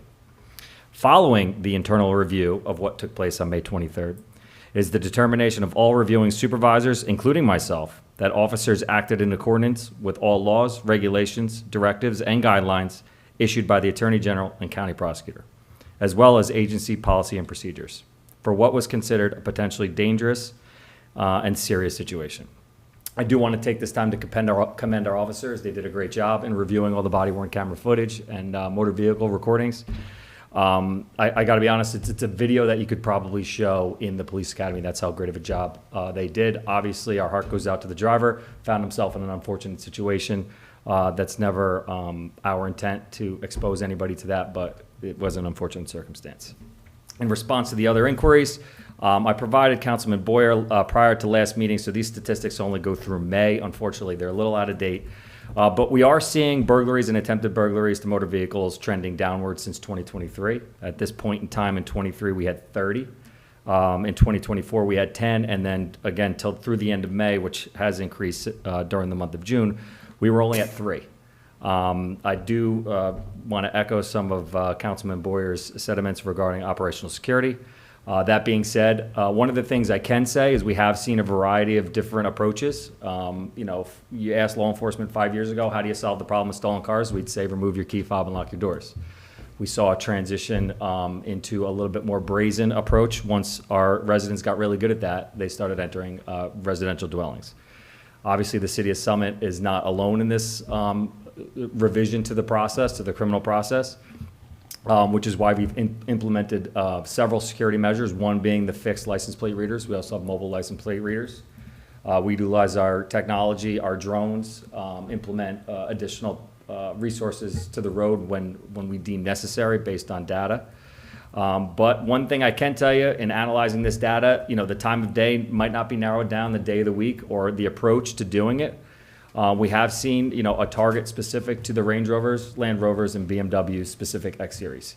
So if you do own those vehicles, we do highly recommend that you take the extra measures, not only to contact us for a home security assessment, but in securing them. If you can secure them in your garage, secure your belongings, secure your key fobs in an area that are not in plain view to maybe an exterior window or door, because oftentimes these burglars are entering the house with the intent of obtaining the key fobs to get the vehicles that are in the driveway, and are typically, kind of spooked, for lack of another word, with any intervention. We've had residents yell, we've had residents turn on lights, we've had alarms sound, and then they pretty much kind of beat feet. So anybody has any questions on how to better protect themselves, feel free to reach out to us anytime. Like I said, we do have the home security assessment program, and we are, as transparent as we can be whenever these incidents do come in. We don't try to sugarcoat them. We give as much information as possible so people can then better protect them, take that information and better protect themselves and their families. I'll open myself up for any questions from council if you have any. Yeah, Chief, one question. Your home safety assessments, on average, roughly, ballpark, how many of those do you do a month for residents? So we hit the ground running when we first launched the program. I want to say we did roughly 60 in the first 3 months, which was a heavy lift for our officers. We had 6 that initially got certified. They work all different shifts. Obviously, our primary resource would be our Officer Dave Katiga. He's in our community policing unit. He's during regular business hours. But we did certify officers that work both nights and weekends. So whatever, we want to make it as convenient for the residents as possible. But on average now, we tend to revisit it through social media posts. It is one of the top posts, if you go to our Instagram and our Facebook, that you will see. Anywhere between 3 and 6, I would say, a month. I'd like to see more, because I think overall we've probably just cracked maybe about 100. And from what I understand, that's a very small percentage of houses that are in town. So, and I do understand that there's a financial liability to some of the recommendations. That's not our intent to create any additional financial burden. But it is good to kind of create kind of a list of areas that are hierarchy maybe for areas you want to address in and around your property that maybe you might not have thought of without our intervention. So, thank you. Anybody else? Questions? Okay. Councilwoman? I was just going to say, Chief, Councilwoman Hamlet, yeah. thanks for everything you do. It doesn't go unnoticed. We see so many patrols, and you're all working so hard, and we thank you for putting your lives on the line every day for all of us. We don't take it lightly, and we're just proud to have you as chief. Appreciate that. Thank you. And I just want to say thank you for your presentation just now, but also mention that I had my own home security assessment done. Officer Kotiga came, and I got a puppy out of it. So dogs are a good deterrent. Dogs are a good deterrent. barking That dog was is a number good one on the deterrent. list. Yep. And I was trying to find a way to pressure my husband into getting a new dog. So, I can tell you a barking dog is a good deterrent, and motion lights are a very good deterrent as well. and they're not super expensive. Yep. The dog may be, but Yeah, the I lights think are dog not. is on the Yeah. other. Other comments? Councilman Boyer. Chief Peters, last year, this may be a tough question, I'm not sure, but last year, Chief Zagorski was asked the question of how does Summit compare to the surrounding towns? And last year, around this time, Chief Zagorski said that he was always cautious. He always gave me that look like, if I said, knock on wood, Councilman Boyer. Mm-hmm. But he said, we are doing way better than surrounding towns. And he said, be cautious because it could go up, at any moment. But is that still the case today? You're getting the same I'm going to give you the same look that retired Chief Zagorski probably gave you last year. I can't comment on the statistics for other towns, not knowing them, and I don't want to make a blanket statement. What I can tell you is that we're doing everything we can to mitigate this problem. Like I said earlier, we're utilizing technology. We're bringing in extra resources. We're participating. If you saw our news post within the last 2 weeks, the county prosecutor's office, any investigations that they're bringing pools of officers together to support them, information sharing, data analysis, everything we can be doing, expanding upon our resources and our manpower So we have more rubber hitting the road. And our guys are out there. I go over our calls for service every Monday with the mayor during our brief. And, you know, I can't tell you how many times I've come across calls for service where officers are just driving, you know, residential streets through the night and they'll see an ajar rear door, you know, lift gate on an SUV or a passenger side door or even a garage door. And it's unfortunate because 9 times out of 10 it's an accident by the resident. We wake them up in the middle of the night, advise them of their, where they kind of fell short. And for me, myself, I also live in an area that tends to be more targeted for the auto thefts and the home burglaries, and I just have a nightly routine. I know these things can happen anytime during the day, but at 9 o'clock, even if we're already settling in for bed, because that's usually around my bedtime, right after the kids go down, I make it a point to go downstairs, make sure I lock my doors, wife's car doors are locked, the interior door to the garage is locked, and that all the exterior doors are locked as well. We certainly don't want to create easy targets for these individuals. Thank you. One more thing to say, and it's just to say to commend our detective bureau and our police department. We have recovered a lot of vehicles. Yeah. We've caught a lot of the car thieves. I feel like that should be shouted. So we do That's have important. a few press releases kind of on the back burner that should be coming shortly with some of long-term investigations that have kind of come to fruition, which have been great. I do want to echo the mayor's remarks. Our detective bureau has been firing on all cylinders. They're doing a great job. Very motivated, young group of guys. To the mayor's point, the vast majority of these cars that do get stolen out of the houses in town are recovered within 24, 48 hours. If they're not, they tend to be shipped off and in a container heading somewhere else.